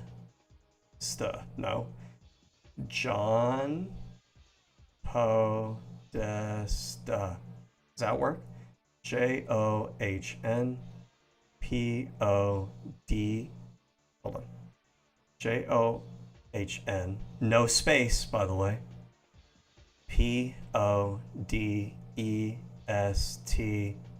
No. Okay, so that doesn't work. So, like, yeah, I don't know. What am I supposed to make of this? That doesn't imply any wrongdoing, does it? Now, what I will say is, No, it the doesn't. argument, and I maintain Could this, be, but I mean, that pizza means boy and pasta means girl is fabricated. It was a fake post on 4chan, and people have been sharing it like crazy because they slapped an FBI brand on this image they made, the image they made, and they're like, aha, see, this proves it. The FBI says it. But we do know that cheese pizza is a reference to graphic child abuse materials. And Do thus, we? there is Where still do we some know that from? correlation between that and the word pizza, which is where the fake claim that pizza meant boy and pasta meant girl comes from, largely. So it is believed that pizza does make some kind of reference in that direction, which is why I'm going to say again, it is just very strange that they redacted the email of somebody. it could be, but again, I don't even know where that claim comes from that we know Tell me. that pizza means like some kind of reference to pedophilia. Where do we know that from? Where's he getting that from? I don't know. I mean, there may be something to that, but I just don't like how he just brings it up. And does his audience even know where that comes from? Or is it just that over the past like decade, they've repeated this kind of QAnon conspiracy so often, or they've been in communities that repeat these QAnon conspiracies so often that they just take it for granted that that is the case. And more to talk about on this. Bill Maher admits he may owe QAnon an apology. Well, Bill Maher's fucking stupid because QAnon, like, if he actually engaged in some critical thinking, what exactly do you owe QAnon an apology for? What was QAnon right about that the rest of the world population didn't know about? We all knew that Jeffrey Epstein was involved in pedophilia. Well, we know that because he was convicted in 2008. QAnon doesn't arrive until, what, 2013? So does QAnon get credit for that? Why the fuck would they get credit for that? 2017. I feel like they were a little bit before that. I have to remember the timeline because I actually was on 4chan when QAnon got started. I was there for the very first QAnon thread, believe it or not. I feel like it was a little bit before that, but that's okay, whatever. Either way, it was not 2008. So what was QAnon right about? Was QAnon right about Jeffrey Epstein being involved in pedophilia? Well, no shit. We already knew about that. Was QAnon right about the people who were actually involved in the child sex trafficking? Doesn't seem like that's been vindicated at all. So why is Bill Maher apologizing to QAnon? Is it because he doesn't know what the fuck he's talking about? He doesn't know what any of this stuff is about? He doesn't actually know what QAnon was claiming? Over Epstein. And he's fucking lazy? Smoke. Indeed. They called it all a conspiracy. I mean, that's really It it. was a Pizzagate. conspiracy. December 2nd, 2016, the But notice, the fake story that shows.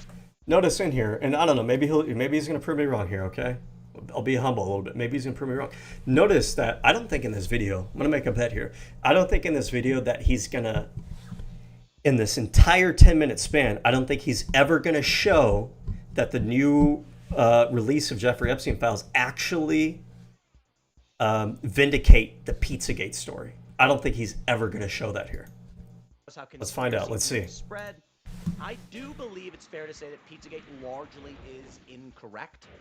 The issue was, all right, look at this. all Pizzagate conspiracy thrives. Pizzagate gun. Why are you talking about it? But Here's the okay. thing. All right. And I'm telling you this, guys.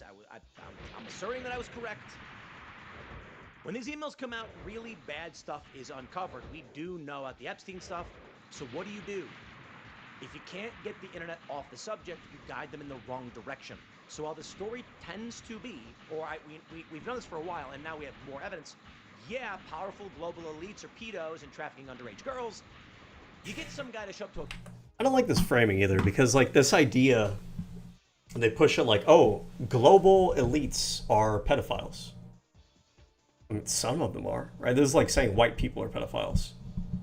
I mean, some white people are pedophiles. Doesn't mean like, we wouldn't frame it as white people are pedophiles. We wouldn't frame it as working class Americans are pedophiles. Although that's true, right? That there are some working class Americans who engage in pedophilia. We have teachers, both male and female teachers, who wind up grooming children.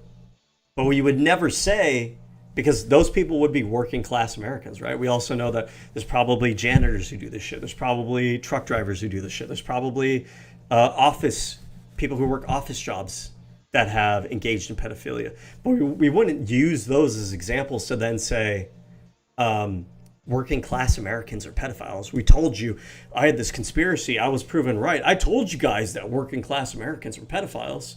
Because it sounds weird. It sounds like you're claiming that all working class Americans are pedophiles, when it just so happens to be that some working class Americans, some of them, are pedophiles. And then this idea that, oh, QAnon, the right-wing conspiracists, they were proven right that global elites are involved in pedophilia.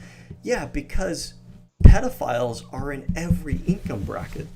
You have pedophiles who are like homeless people who will assault people. You have pedophiles who are working class. You have pedophiles who are middle class. You also have crazy story. You also have pedophiles who are also rich people.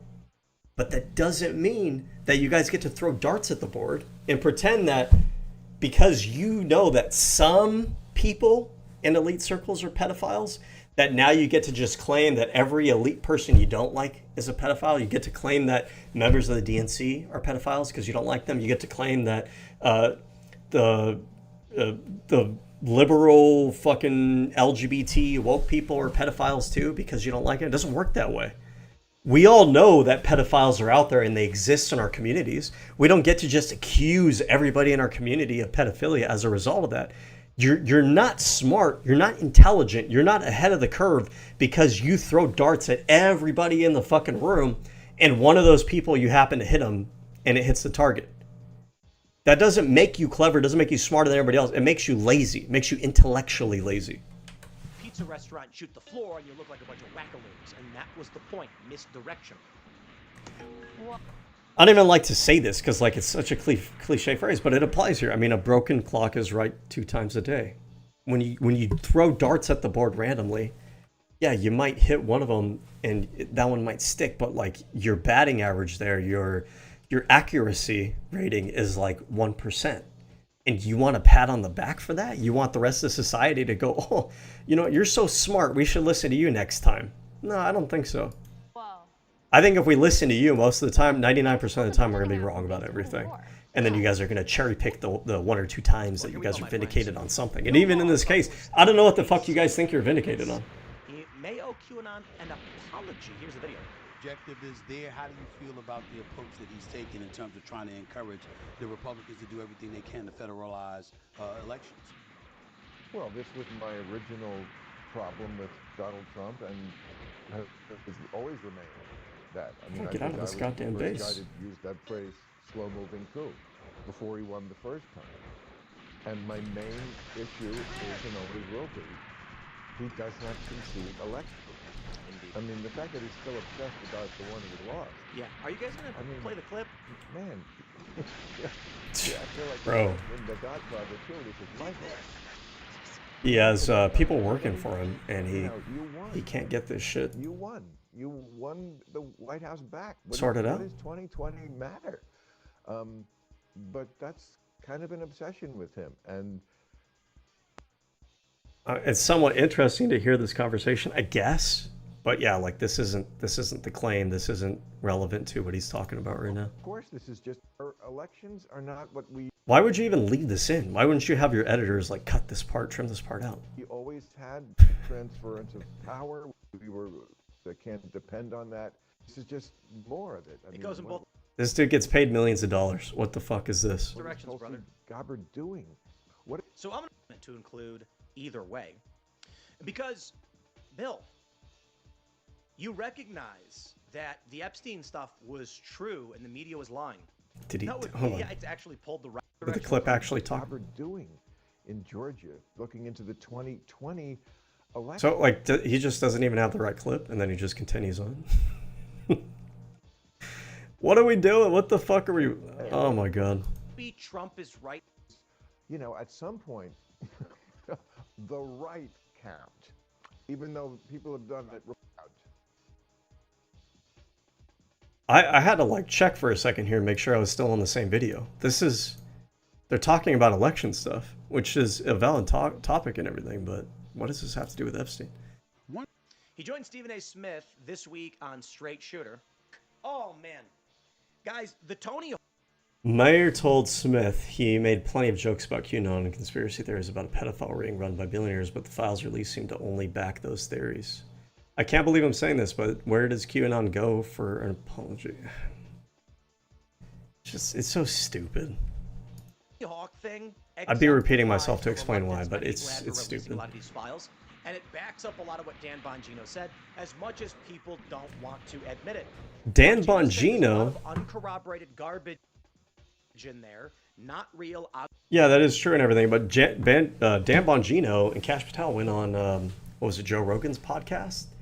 To tell his audience that, we're wrapping up the Epstein thing. There's nothing to see here. There's no Epstein list. Which, by the way, like, I don't think when people say the Epstein list, I don't think people actually ever meant that they think that there's like one specific list that says like, oh, Bill Clinton, five children, Donald Trump, one child, auburn hair, green eyes, second child, 5 years old, blah, blah, blah. Like Elon Musk, 3 children. Jeff Bezos ordered 5 children. He's going to get them Prime delivered to his house. I don't think anybody ever thought there was a list like that. What they meant was through the entire collection of documents that are out there and the investigations that are had, you should be able to compile from that a list of people who Jeffrey Epstein was trafficking children with or who was involved in trafficking and stuff. Bongino, Kash Patel, it's not just that they told Rogan in Rogan's audience that we don't have enough evidence to prosecute anyone. They made it sound like to his audience that there was like literally nothing there, that there wasn't any incriminating evidence pointing to anybody. But there is. The Epstein files does have maybe not incriminating, not enough to secure a conviction because the emails are vague. There's not enough like direct evidence of anything, right? But there would be enough in there to warrant investigation because things like Elon Musk talking about wanting to visit the island, oh, girls for the win, I want to have a wild party. And this is after Epstein was convicted the first time. That warrants investigation. But Kash Patel and Dan Bongino made it sound like not only was there not any direct evidence that can secure a conviction in a court of law, but that there was nothing to see, that there was no evidence, that there was nothing implicating anybody. Let's go back. Let's look at that interview because I want to hear exactly what they said. Kash Patel, Bongino, Rogan. I believe it was Rogan, right? How weird is it too, by the way, that Rogan will have these people on? Like, these people work for the government. These people work for the administration. And you have them on there like they're doing PR for the government. And like he doesn't think like I think he does. He probably knows what he's doing, but like that doesn't pop out as a red flag to people that that it's almost like you're running PR for the government. The fuck? Hold on. Cash Patel, Bongino, Epstein, list. I thought I remember them doing an interview together at one point, or maybe I'm just mixing up that Patel was on Rogan, Bongino might have been on a different program, and I probably would just mix those things together as being like one thing. Epstein Files, where are Cash Patel saying this now? Blaze TV. Justin Patel gives update on Epstein Files. Cash Patel, Rogan, Epstein. This was 8 months ago. This is probably the clip right here. Ads, am I right? They're bombastic and outrageous. They take months. The Joe Rogan was 2006, 7, 8. Epstein gets his sweetheart plea deal, right? Right. After committing the most horrific crimes on. There autopsy done other than the official one? Not to my knowledge, but if there was, you'll get it, and that's what we're doing. See if you can find that Dr. Not to my knowledge, but we'll get it. I mean, you're FBI director. This is probably like one of the prime questions to ask. How do you not know this question? And my job is not the forever. My job is to get you absolutely everything that we can give you. And that's what we're going to do. When did you become aware of Is he talking about like the release the fires? Because they didn't even want to release them at all. It had to take Congress passing a bill to make it happen. Hold on. Guys that were trafficking children that from Mexico transcript into thing? America. And you could put up a professional expert to say, and this is what's going to go on forever. And my job is not the forever. My job is to get you absolutely everything that we can give you. And that's what we're going to do. When did you become aware of this video that showed that no one had gone in and out of the cell? Okay, this is recently. So why was it recent, though? I mean, if this death was, how long ago was it? I mean, 2 years? That's a good ass fucking question, Rogan. Wow. Probably no follow-up for that, though. Probably not willing to talk about it after he left the show or anything. Probably not question it too much, but that is an excellent fucking question. And it's probably because they weren't actually all that interested in the answer to that question. Images, AI can generate night vision, AI. Fiction. It's just, in my experience, that is not doable. It's not doable even for the most powerful and wealthiest people in the world? Yeah. Wouldn't you think, though, that Hold on, what are they talking about here? very powerful people wouldn't want If he him was talking? murdered in segregated housing, in isolation, after being on suicide watch in a place... Oh, he's saying it's not possible that rich people could have had him murdered in prison? I mean, I don't know if that's... I don't follow that logic. I feel like there's ways to go about that, but... 10% that I've physically been in myself, it would be fiction. It's just... And is he implying when he says this that correctional facility that he's saying he's been to himself, the one that Epstein was being housed in, like it's not possible for people to sabotage or do some kind of foul play, influence into the prison system or shut off cameras or whatever it may be, right, to facilitate the murder of Jeffrey Epstein in the prison cells? Because there's a report that was put out on the circumstances revolving Jeffrey Epstein's suicide, right? And that report indicates that prison had issues with like security cam feeds and whatnot. So like, and that the security that was there, they had issues with like the personnel following like best practices and whatnot. So if he's implying that, oh, the facility that he was at, that I've toured myself, there's no way it could have happened there. How do you say that when the report says that facility had a lot of issues? In my experience, that is not doable. It's not doable even for the most powerful and wealthiest people in the world? Yeah. Wouldn't you think, though, that... Here's like a simple logical question. Why would it not be? Like, what is a prison? Prison isn't magic. Prison isn't a force of nature. Prison is simply a structure that human beings build. It takes a lot of money to do so. It's a facility where criminals are being housed, and those criminals are housed with oversight by human beings that are employed to oversee that system.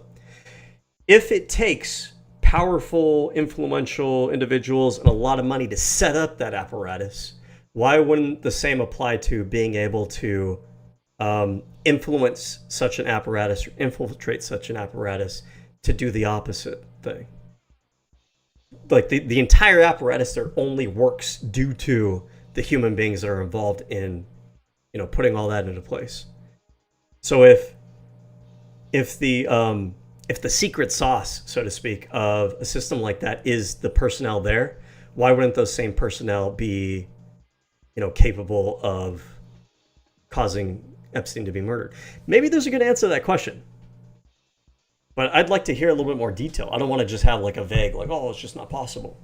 Like if someone was in a position where a guy could release information that could potentially damage the most wealthy people on Earth, you would have a concerted effort that's unprecedented. Sure. You'd have the resources. You don't even need a concerted effort. Here's the thing: like, when did Jeffrey Epstein die, or when did he hang himself, quote unquote? That was under the Trump administration. Who's in thousands of pages of documents in the Epstein files? Donald Trump. Also, if it is a correctional facility, I don't know if that'd be actually the technical term, a prison, whatever you want to call it, right? Who has like the final authority over such a, and I'm pretty sure this would have been a federal prison. Epstein hangs himself, prison, death of Jeffrey Epstein. Which prison was he in? New York Downtown Hospital, New York Medical Exam, Metropolitan Correctional Center. Was found in his jail cell at the Metropolitan Correctional Center. Is a temporarily closed United States federal administrative detention facility, which means who is that under the purview of? That's under the purview of the federal government, which is under the purview of the executive branch. The executive branch has the ultimate authority over law enforcement. And I know that they contract out a lot of these correctional facilities, but that contract is going to be under the authority of the executive branch. So I'm just saying, I'm just asking questions, okay? I'm just asking questions. If, let's say, a president were to be potentially implicated by someone like Jeffrey Epstein, and let's say that president was in charge of the overall organizational structure that is in charge of that facility, and let's say the employees that work in that facility are ultimately at the behest of the president by virtue of him being at the head of this pyramid, why wouldn't that theoretical president be able to put the right people in place, make sure that facility is,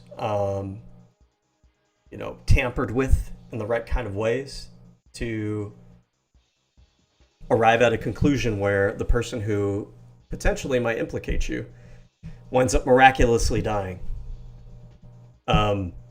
This isn't like, because the way he talks about it makes it seem like this is like the powers that would have the interest in having Jeffrey Epstein killed because Jeffrey Epstein could implicate them. They don't have any influence or control over this facility. This facility is like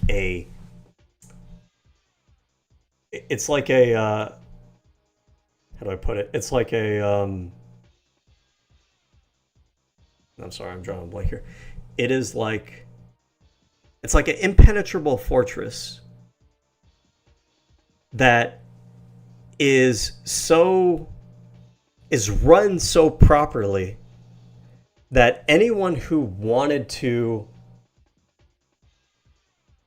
have something bad happen to Epstein in that facility, they wouldn't have access to it. They don't control it. They have no way of infiltrating it. It's secure. The personnel who are involved, they're the right personnel, all that stuff, right? That's not the case here. The people who are in charge ultimately of the pyramid that this facility has to answer to ultimately are the same people who are implicated in the files. There's no like separation there. There's no like this group over here wants to, fuck up this facility over here, but they're completely different factions. They're oppositional to each other. They're not connected. This one over here is secure from this group over here. It's the same group. So why wouldn't that be possible? All pointing towards eliminating this one person that it could be done. But I mean, so many people have been implicated, right, already, and some of that information. And like, not even just the president himself, but all of the other people are implicated in the files. Again, Elon Musk, Howard Lutnick, Steve Bannon, Alan Dershowitz. Who else? Who else is in the Trump sphere? Not Peter Audia, but Alex Acosta to a certain degree, I guess you could say. Peter Thiel, Palantir, Donald Trump's contracts with Palantir, right? All these people. It's not just the president. It's all of these other people who are surrounding the president who are also implicated in the files. So if they also have an interest, even though they're outside of that pyramid, they have like a connection to the pyramid in the sense that they have a connection to Donald Trump. And Donald Trump is the head of that pyramid. What they did to Prince Andrew and everybody else is already out there. And so So like, even if you were trying to make the case that like, oh, you have a lot of people out in society who might have wanted him dead, that's pretty plausible. It's not like all of those other people don't have a connection to being able to effectuate that. It's not just Trump with a connection there. Trump is kind of like the connection between that thing overseeing Jeffrey Epstein's prison stay and all these other people who are quote unquote outside of that pyramid who might also have an interest in him dying. And by the way, like, I am not saying, and I'm really genuinely not saying this, I am not saying actually that I genuinely believe that Jeffrey Epstein was murdered. I'm actually fairly agnostic on that question. I think that it's a little bit fishy. I think that, there's missing video on the recording there. I think that's a little bit fishy, but I could see that there may be a plausible explanation, even if it sounds like it's a little bit too convenient to be true. Things happen like that in real life. They do. In the report over Jeffrey Epstein's death, it indicates that prison had issues with their security cameras, and that that had been an ongoing issue. There was a record of personnel mentioning this, and it was just kind of never corrected. So like there's two angles to look at this. Number one is maybe that's legitimately true, and the missing minutes or whatever in that recording are just a circumstance of the improper maintenance of the security system in that prison, and there's no foul play or anything. Maybe they specifically chose that prison for that reason. Maybe the footage is missing because someone tampered with it. It could be any one of those possibilities. I'm open to it. I'm just saying there's enough there to question what actually happened. I think that's fair. There's a lot of conspiracies out there that I look at and I go, it's pretty far-fetched, it's kind of stupid and everything. I don't know whether or not he killed himself or if somebody else had him killed. I really don't know. But I think that there's enough going on in this story. There's enough of a motive.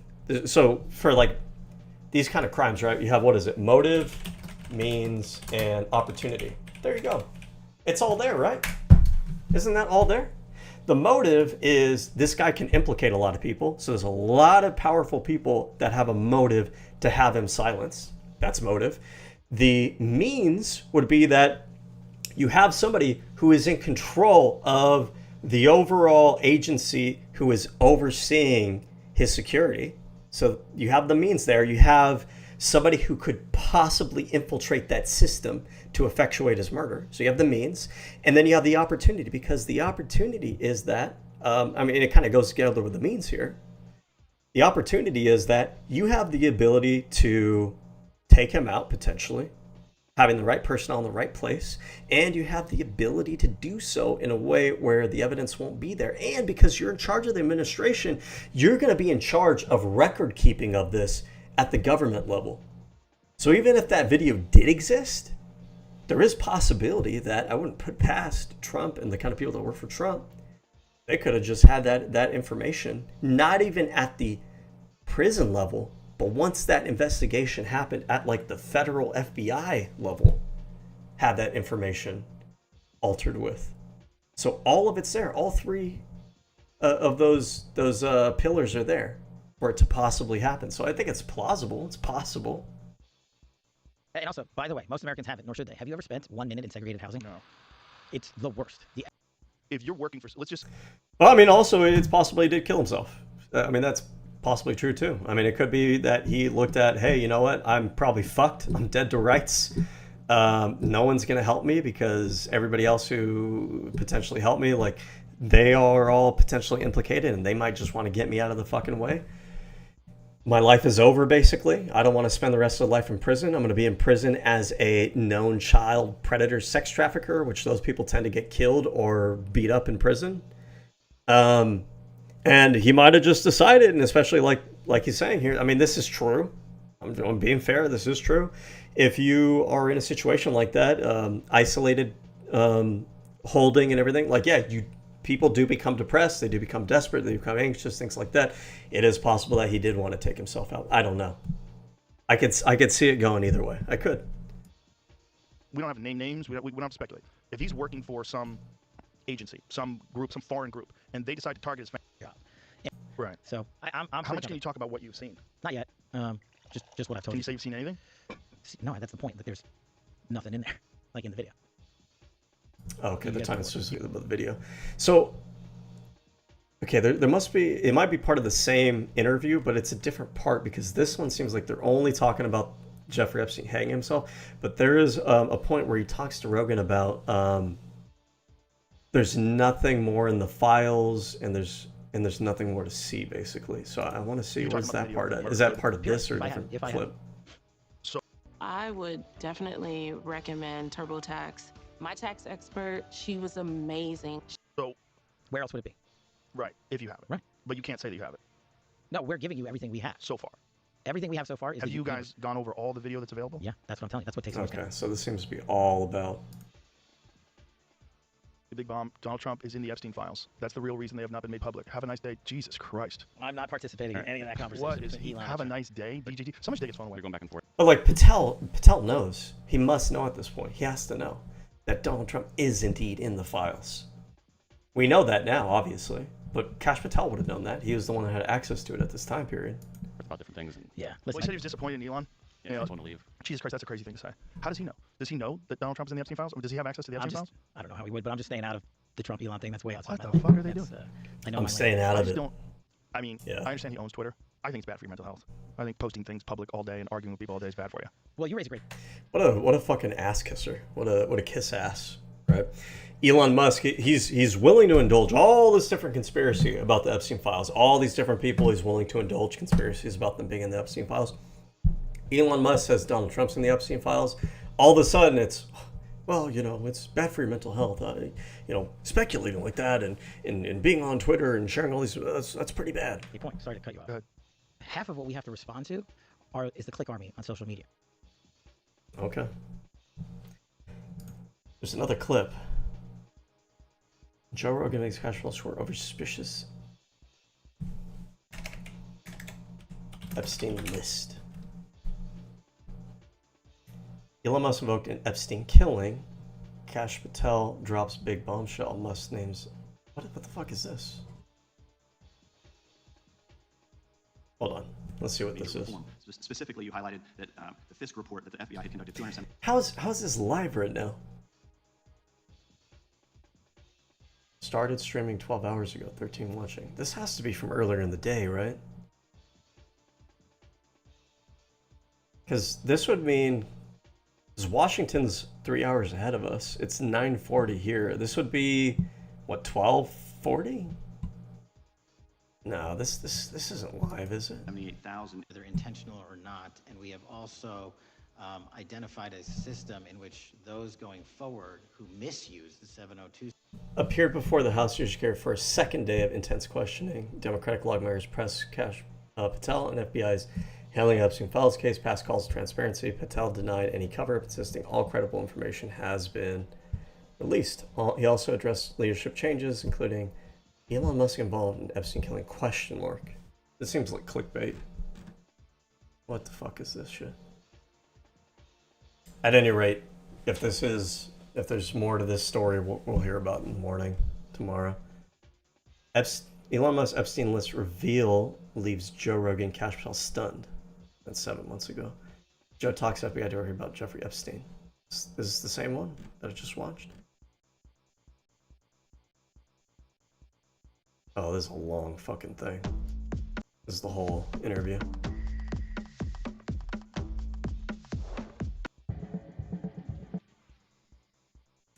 Do you think the FBI would lie to the American people? LOL. You know, I hate when people say stuff like that because it's like, it's the same people who said stuff like this that put the current people in right now. And then they use that same slogan to be like, oh, the people who are in the FBI right now, they wouldn't lie to us, LOL, like implying that they would lie to us. But it's like, motherfucker, you're the one who kind of put those people in there in the first place.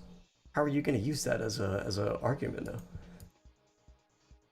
On social media, but I've been looking forward to this for a long time. Even when I was on the campaign, I was just... All right, I don't know. I don't have patience for this. Let's see the rest of what you guys say here. There is a viral email going around right now from it's an email in the files dating to a phone tip to the FBI. How do I get out of here? In 2024, where a woman claims she was trafficked at the age of 13 and she was on Epstein's island as a 13-year-old sex slave when Tony Hawk was getting married. Except Tony Hawk did not get married on Little St. James, and as far as I know, has never been there. And this is a fever dream manipulation where someone just says someone's famous name. What happened is, and where this fake story likely comes from, is there's a famous photographer, not famous, but a well-known action sports photographer named Mark Epstein. Same name as Jeffrey Epstein's brother, but no relation. They likely saw photos from Mark Epstein of Tony Hawk from Fiji in 2006 and used it to fabricate the story. Now what happens? An email gets released claiming Tony Hawk was on the island and he was friends with Epstein. And it's absolutely fake.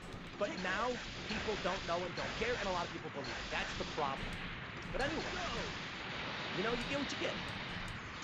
Gomar says, I can't believe I'm saying this, but where does QAnon go for the apology, you know? QAnon, which believes in lots of really ridiculous things like Democrats eating babies, but they were kind of harping on the idea that the elites are running this pedophile ring. And it's just so stupid because, like, everybody knows that there were elites that were running, that were involved in, like, child sex trafficking and child rape and shit. Like, yeah, no shit. Because, again, you're going to find pedophiles in every income bracket. So the rich pedophiles are going to go about it a different way because they have access to different means. Like, am I going to be surprised that rich pedophiles are going to use like islands that are out in the middle of nowhere to facilitate? Yeah, of course they're going to do it that way. The middle class pedophiles will do the same thing, but they don't have the access to those means. That's not like surprising anyone. It's not unique. Like, QAnon didn't stumble upon some hidden truth that the rest of the world didn't know about. Everybody knew that there was going to be some rich and elite people who were involved in pedophilia. Yeah, no shit. It's more of a question of like who specifically. Like right now, this second, I could tell you that somebody somewhere is abusing a child in some way or another. There's 8 billion people on the fucking planet. Somebody somewhere is doing that. I don't get a participation trophy for making that claim, and then maybe tomorrow or maybe a week from now there's a news article that comes out and says, oh, you know, this person was found, they were caught in the act of grooming a child or abusing a child. And I'm like, huh, see, I told you guys. Nobody believed me when I said that. I was right this whole time. You guys all owe me accolades for, you know, finding this hidden truth that nobody else knew about.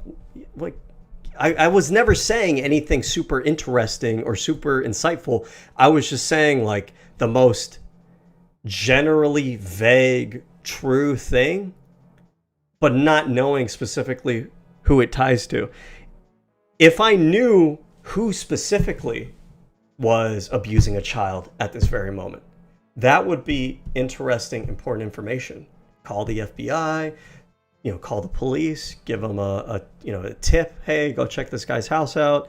You know, I know that he's got this child over there and he's abusing a X, Y, and Z thing, right? If I just called the cops and I was like, hey, I know that somebody is sexually abusing somebody right now, and they're like, oh my god, really? Wow. Hold on, let me get a pen. Let me write that down. Can you give me details? Yeah, he's a middle class person who's abusing children right now. Oh, really? Okay. Can you tell me more details? Yeah. The kind of abuse, it's like a physical abuse. Okay. And could you have more information on this person? Yeah, I know that they work somewhere in the middle class, somewhere in like a middle class job. Who cares? The police aren't going to give me like a pat on the back for that. They're not going to find that interesting. I don't have any useful information at all. I'm just saying something that's like broadly, generally true, but I don't know the specific person. And QAnon didn't know specifically who these people were that were involved. If they would have known the people that were involved, they probably wouldn't have told their supporters. They probably wouldn't have been the people supporting Donald Trump the entire time. The fact that they were supporting Donald Trump the entire time tells you that they didn't know what the fuck that they were talking about. Tells you that they were just randomly saying shit and blaming it on the people that they didn't like. Meanwhile, they didn't actually know who it actually applied to. They weren't right about anything. I hate this claim. This claim's fucking They annoying. also made jokes after the Epstein thing happened originally that were on the idea of, well, obviously there was some smoke there. Well, now with all that come out the past couple of weeks, a little more than smoke. He joked he was more guarded when he would buy pot. I don't get this. Was like Bill Maher genuinely just not in the, like keeping track of any news whatsoever at that time period? What is I don't get it. I really just genuinely don't get it. And I know like I'm kind of repeating myself and I'm frustrated here and everything, but I really just don't get this narrative. What do you mean? What is the thing that you didn't know, that you joked about with Epstein, that you thought was a joke, but now you think there's some truth to it? Like, you didn't think that Jeffrey Epstein was involved in pedophilia? But everybody knew that in 2008. You didn't know that there were other people that were also, hanging out with Jeffrey Epstein? Who were involved in like these pedo parties? You didn't know about the lead? Everybody knew about that. Why are you acting like it was a joke, like it was a funny conspiracy? The conspiracy was never that Jeffrey Epstein was involved in pedophilia and that he had minors on his island that was allowing him and other people that were involved to exploit these children, without the authorities finding out. Everybody knew that, but it's more of a question of like who specifically. I don't get it. I'm being redundant. I keep repeating myself because I'm trying to I'm trying to figure out I'm trying to understand what is it specifically about this new release that is like shocking or surprising to you? It doesn't make sense to me. I don't understand. I don't get it. Than Epstein and others were speaking about their perversions. They're just openly talking How about the fuck do I get out of this sort of, place? sexual perversion that they're doing. A lot of people who didn't think, or I never imagined we're seeing it. I see these names come up. He said, QAnon, a lot of crazy there, but you know what? You weren't totally wrong. Indeed, the craziest thing about this, there were videos of children. They're redacted, but it is weird and freaky stuff. And I think we knew what Epstein was doing, and the media desperately covered up for him. How absolutely What are you talking about? psychotic. I mean, Prince Andrew is there. What do you mean the media was covering up for him? I don't get this stuff. This is all just like a narrative. Like, none of this is actually true. It's just something that they keep repeating to their audience. And it's like designed to get their audience to not listen to any media but them specifically. But the media didn't cover this up. The media reported on it. This happened in 2008, that he was convicted the first time. And then the conversation, like, Jeffrey Epstein was in prison in 2017 or something? So are you telling me that the media didn't report on that? Are you telling me that the media never talked about the Jeffrey Epstein pedo island? You're going to tell me that the media never reported on Bill Clinton being, potentially on the plane with him? You're going to tell me that the media never mentioned that Donald Trump was in pictures, hanging out with Epstein? Let me just do this. This is so stupid. I can't even believe I have to do this. This is so dumb. Let's just do this. Epstein, and what we're going to do is we're going to go to not advanced search. I don't need that. I just need custom range, We're going to go before 2025. And we're going to see. What did the media report on? Actually, let's do this. They said that QAnon started in 2017, right? There's got to be a faster way for me to do this, by the way. Let's go before 2017. I want to see if the media reported on anything regarding Epstein before 2017.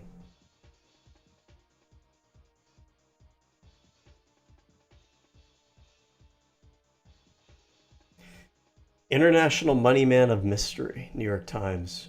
World without exploitation and human trafficking. Let's see, this is 2002, so this is before his conviction, right? Terrific guy, Donald Trump booms from a speakerphone. He's a lot of fun to be with. This is from 2002. Page 6 ran an item. In a life full of questions, Epstein is said to run $15 billion for wealthy clients, yet aside from limited founder Leslie Wexner, his client list is closely held secret. A former Delton math teacher, bachelor's degree, deceased media titan Robert Maxwell, yet lives the life of a bachelor, logging 600 hours a year in various planes as he scours the world for investment opportunities. He owns Manhattan's largest private house, where runs businesses from a 100-acre private island in St. Thomas. The strum of draying, the success, failures played out. Epstein breaks the mold. Most everyone on Wall Street has heard of him, but no one seems to know what the hell he's up to, which is just the way he likes it. He once told me that 300 people working for him, and I also heard that he manages Rockefeller's money. So, like, even like a lot of these people we listen to today were trying to pretend like this whole Rockefeller connection is like something that is a conspiracy and people are trying to hide it. But as far back as 2002, this was being reported on in the media. The media that they apparently was trying to hide this story from you. Says another prominent Wall Streeter, he is mysterious, Gatsby-like figure. The wizard that meets the eye is spare and fit, a long jaw, carefully coiffed hair, silver hair. Okay. He is an enthusiastic member of the Trilateral Commission and the Council on Foreign Relations. So even in 2002, they were also pointing out that he was involved in like international politics stuff. So who is trying to hide this? They act like the mainstream media, like only they will tell you the truth. Only they will report on this stuff. No, I mean, the mainstream media was talking about this way before you motherfuckers even had a career. Epstein likes to tell people that he's a loner, and yet if you talk to Donald Trump, different Epstein emerges. No doubt Jeffrey Epstein enjoys his social life, but beautiful women are only part of it, because here's the thing about Epstein. As some collect butterflies, he collects beautiful minds.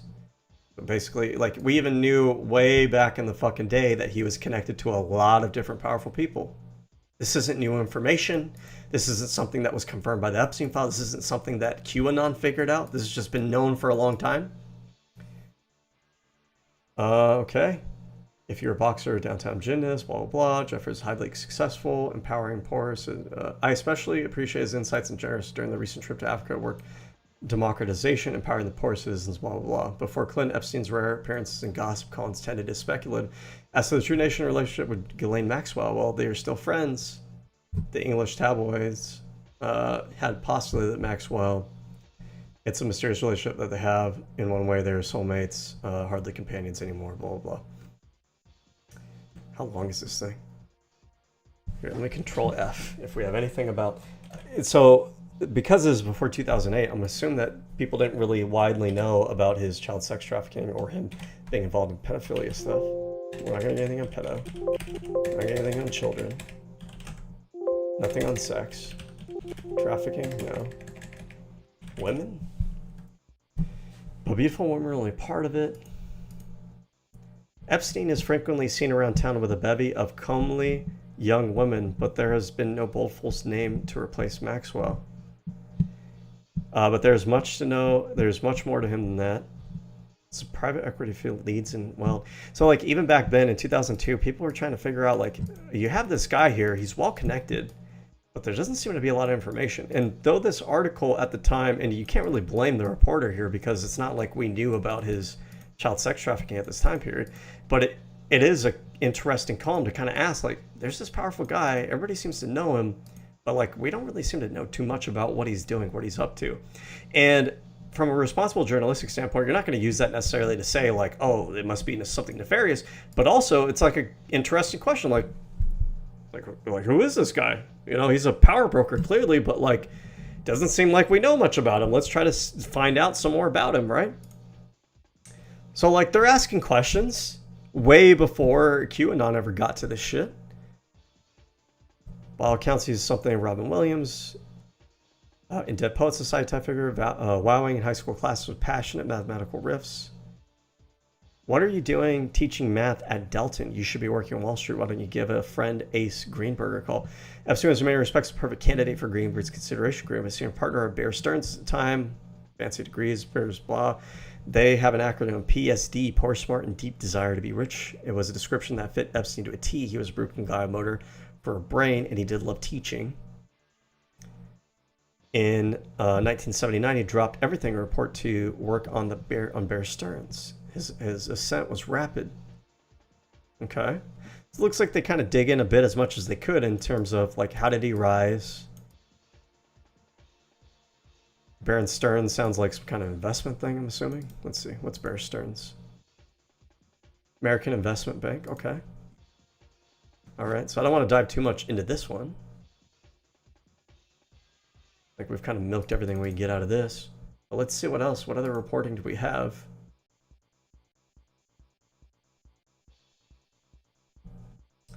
End Human Trafficking, 2016.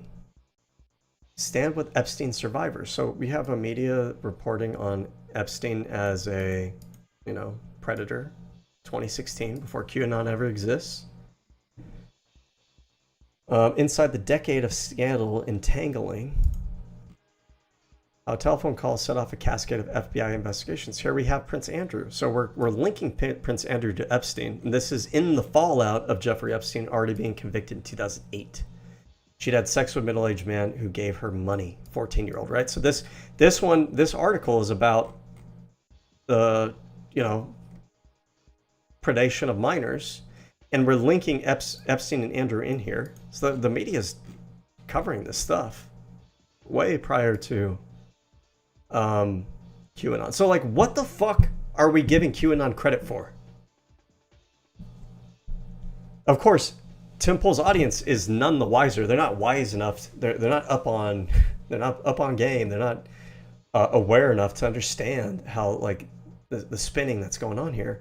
And a lot of people on the right are like the information that's fed to them leads them to believe this narrative of like the mainstream media was hiding the true nature and the true story of Epstein, and you guys were right about it all along. But like, no, you guys weren't any more knowledgeable than everybody else fucking was. In fact, the reason you guys know about the shit that you did seems to be because you guys probably read it from reporting from mainstream media and then passed it off as if you guys found something on your own. And then use that as a way to like implicate or make allegations against people that were your political enemies, even though there's never actually been any evidence linking like the DNC or John Podesta to actually being involved in this shit. And there still isn't. But we're supposed to like give them credit and give them a pat on the back and tell them sorry for what? We have his deposition posted 16 years ago on YouTube. Persecuting sex trafficking 2025 or 2005, an investigation to Epstein. This is way before 2008, 2005. So they were probably investigating before they ever brought charges. But like, we even have investigation, or we have a reporting here talking about investigation into him for years of sex trafficking in 2005. I hate this narrative, and I just wish maybe the media did a little bit more to push back on it, because I don't really hear people talking about it too much outside of mainstream media. But like, these people need to be raked over the fucking coals. Like, what the fuck are you talking about? What, like, this should be the tone, the tenor, the predisposition, I guess, of media when they talk about how the right-wing media is covering this Jeffrey Epstein scandal, is push back on them. Like, give QAnon credit, give the conspiracy theorists credit for fucking what? What the fuck are you talking about? They don't get credit for shit. this shit has been reported on before you guys came along, and you guys just ripped it off, and then you made like wild accusations directed at everybody that like people that you didn't even, that weren't even actually involved. And you want credit, you want a pat on the back, and you guys are going around your media ecosystem and you're telling all of the people who watch your shit to give credence and credibility to QAnon, who, by the way, QAnon wasn't only talking about pedophile shit. QAnon, I think, is also very much adjacent with like white nationalist shit. So why the fuck do you want to normalize them and give them credit for stuff? Satanic, cannibalistic child molesters. Granted, I will grant that, yes, this was like their main thing. And so here's the thing. Here's the part that they don't really tell you about. That Tim Pool and these other right-wing people that are talking about all the conspiracy theories right about everything. This is the part that they leave out, is that QAnon were... even I kind of forgot about this like... I knew vaguely that they were supportive of Donald Trump, but I forgot that they actually spun a narrative that Donald Trump was secretly going to take down the deep state, and the deep state was defined in their mind as this global, bureaucrats that were behind this child sex trafficking thing, and that Donald Trump specifically was leading the fight against them. And we're supposed to give these people credit. Donald Trump was in the goddamn files. Donald Trump was Donald Trump's like implicated, well, not necessarily implicated, but like in thousands of the pages. And Donald Trump tried to redact them and try to hide them and try to cover for them. And even now, his administration is trying to cover for them. And we're supposed to give these people credit. What else do we have in here? So, yeah, they believe that that Democratic politicians, Hollywood actors, and high-ranking government officials, business tycoons, and medical experts as members of the cabal. So, like, most of this they're not right about, because what they did is they just took everybody that they fucking dislike. They hate Hollywood. They hate the liberal actors in Hollywood. They hate Democrats because they hate liberalism. They hate Democratic politicians. High-ranking government officials, this probably applied to government officials they hated. Same thing with like business tycoons. They're probably talking about like woke tech CEO, Silicon Valley types who they thought were like progressive. And medical experts were all part of the cabal, but they just threw the darts at everybody that they hated rather than the people who were actually specifically involved.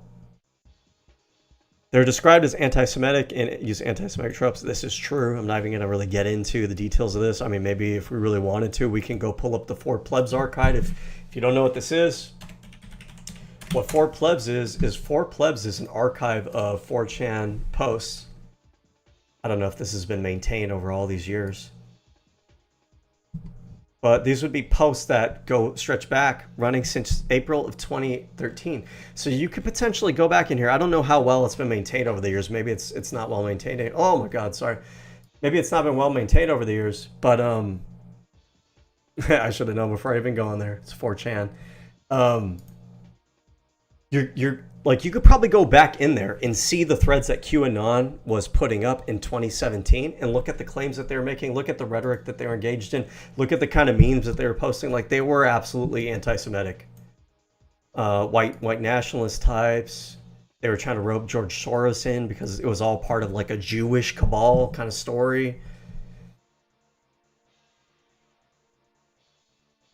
Okay, well, yeah, anyways. Prominent Democrat donors partying on the island, and then you get these videos of children in bathrooms, and I'm just like, dude, what's going on? Now, I'm going to be honest, I'm actually leaning towards Epstein's alive at this point, because some of the information that got released, and this may be why they didn't want to release it. I don't believe he believes this. This is just kind of him leaning into his conspiratorial audience and like trying to be, I don't know, sensational, trying to pretend like he's got some weird angle that everybody else doesn't have. Just shut the fuck up. It shows that there was somebody claiming to be involved in the MCC, in the correctional facility, who said, this is before the news broke of Epstein's death, saying they may have swapped him out. And then people have pointed out that the face of the man in the videos being taken out, which they claim is Epstein, doesn't actually look like Epstein. And it actually doesn't. The principal argument made by those who say it is Epstein is that when you die, your face swells, contorts, or whatever. Maybe But we learned that the FBI went after whoever this poster was, and it looks like they corroborated it to one of the security guards in the facility. So I have questions.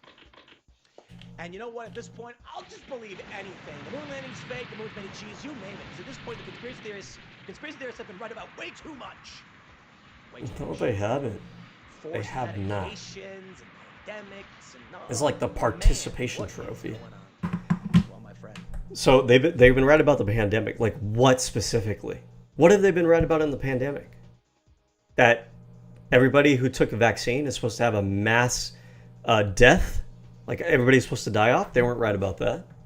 Were they right about the vaccines being unsafe? No, we haven't really shown that either. Were they right that the people who decided to go unmasked and unvaccinated, they were actually like the true people, would have like the strong natural immunity to everything? No, those people died at a much higher rate than the people who did get vaccinated, who practiced social distancing and masking. Like they weren't right about anything. We just give them like a participation trophy, and we misinterpret things, we spin narratives, we cherry pick information, we twist the actual record in order to give these people like a participation trophy and pretend that they're right about everything, because number one, it's our audience. Our audience is full of conspiratorial retards. So we want to like pat them on the back. And then also we want to like bring that audience in and show that we have solidarity with them, because that's a big part of the Republican base. That's what the purpose of all this is. But otherwise, when you actually interrogate what they actually talked about, none of it, they weren't right about anything. They're just a bunch of like politically motivated people engaging in motivated reasoning. It's just another one of those days, I guess. But No, I'll it's just not. wrap it Shut by up. saying this. What an odd email to redact. Strange. Smash the like button, my friends. Stay tuned. We got more coming up for you throughout the day. Next video will be up shortly. You can follow me on X and Instagram at TimCast. All right. Subscribe to this channel, and we'll see you all. Well, that's a good place to start. I got killed. I gotta figure out how to get through this mission. Hold on. Zoids, Battle Legends, Escape, the base. Must be Empire Mission 5, I'm guessing.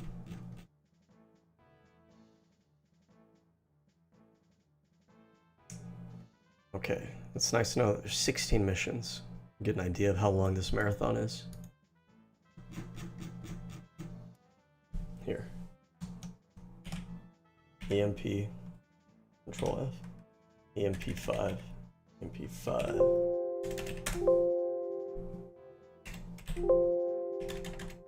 Oh, EMP5. Or EM5.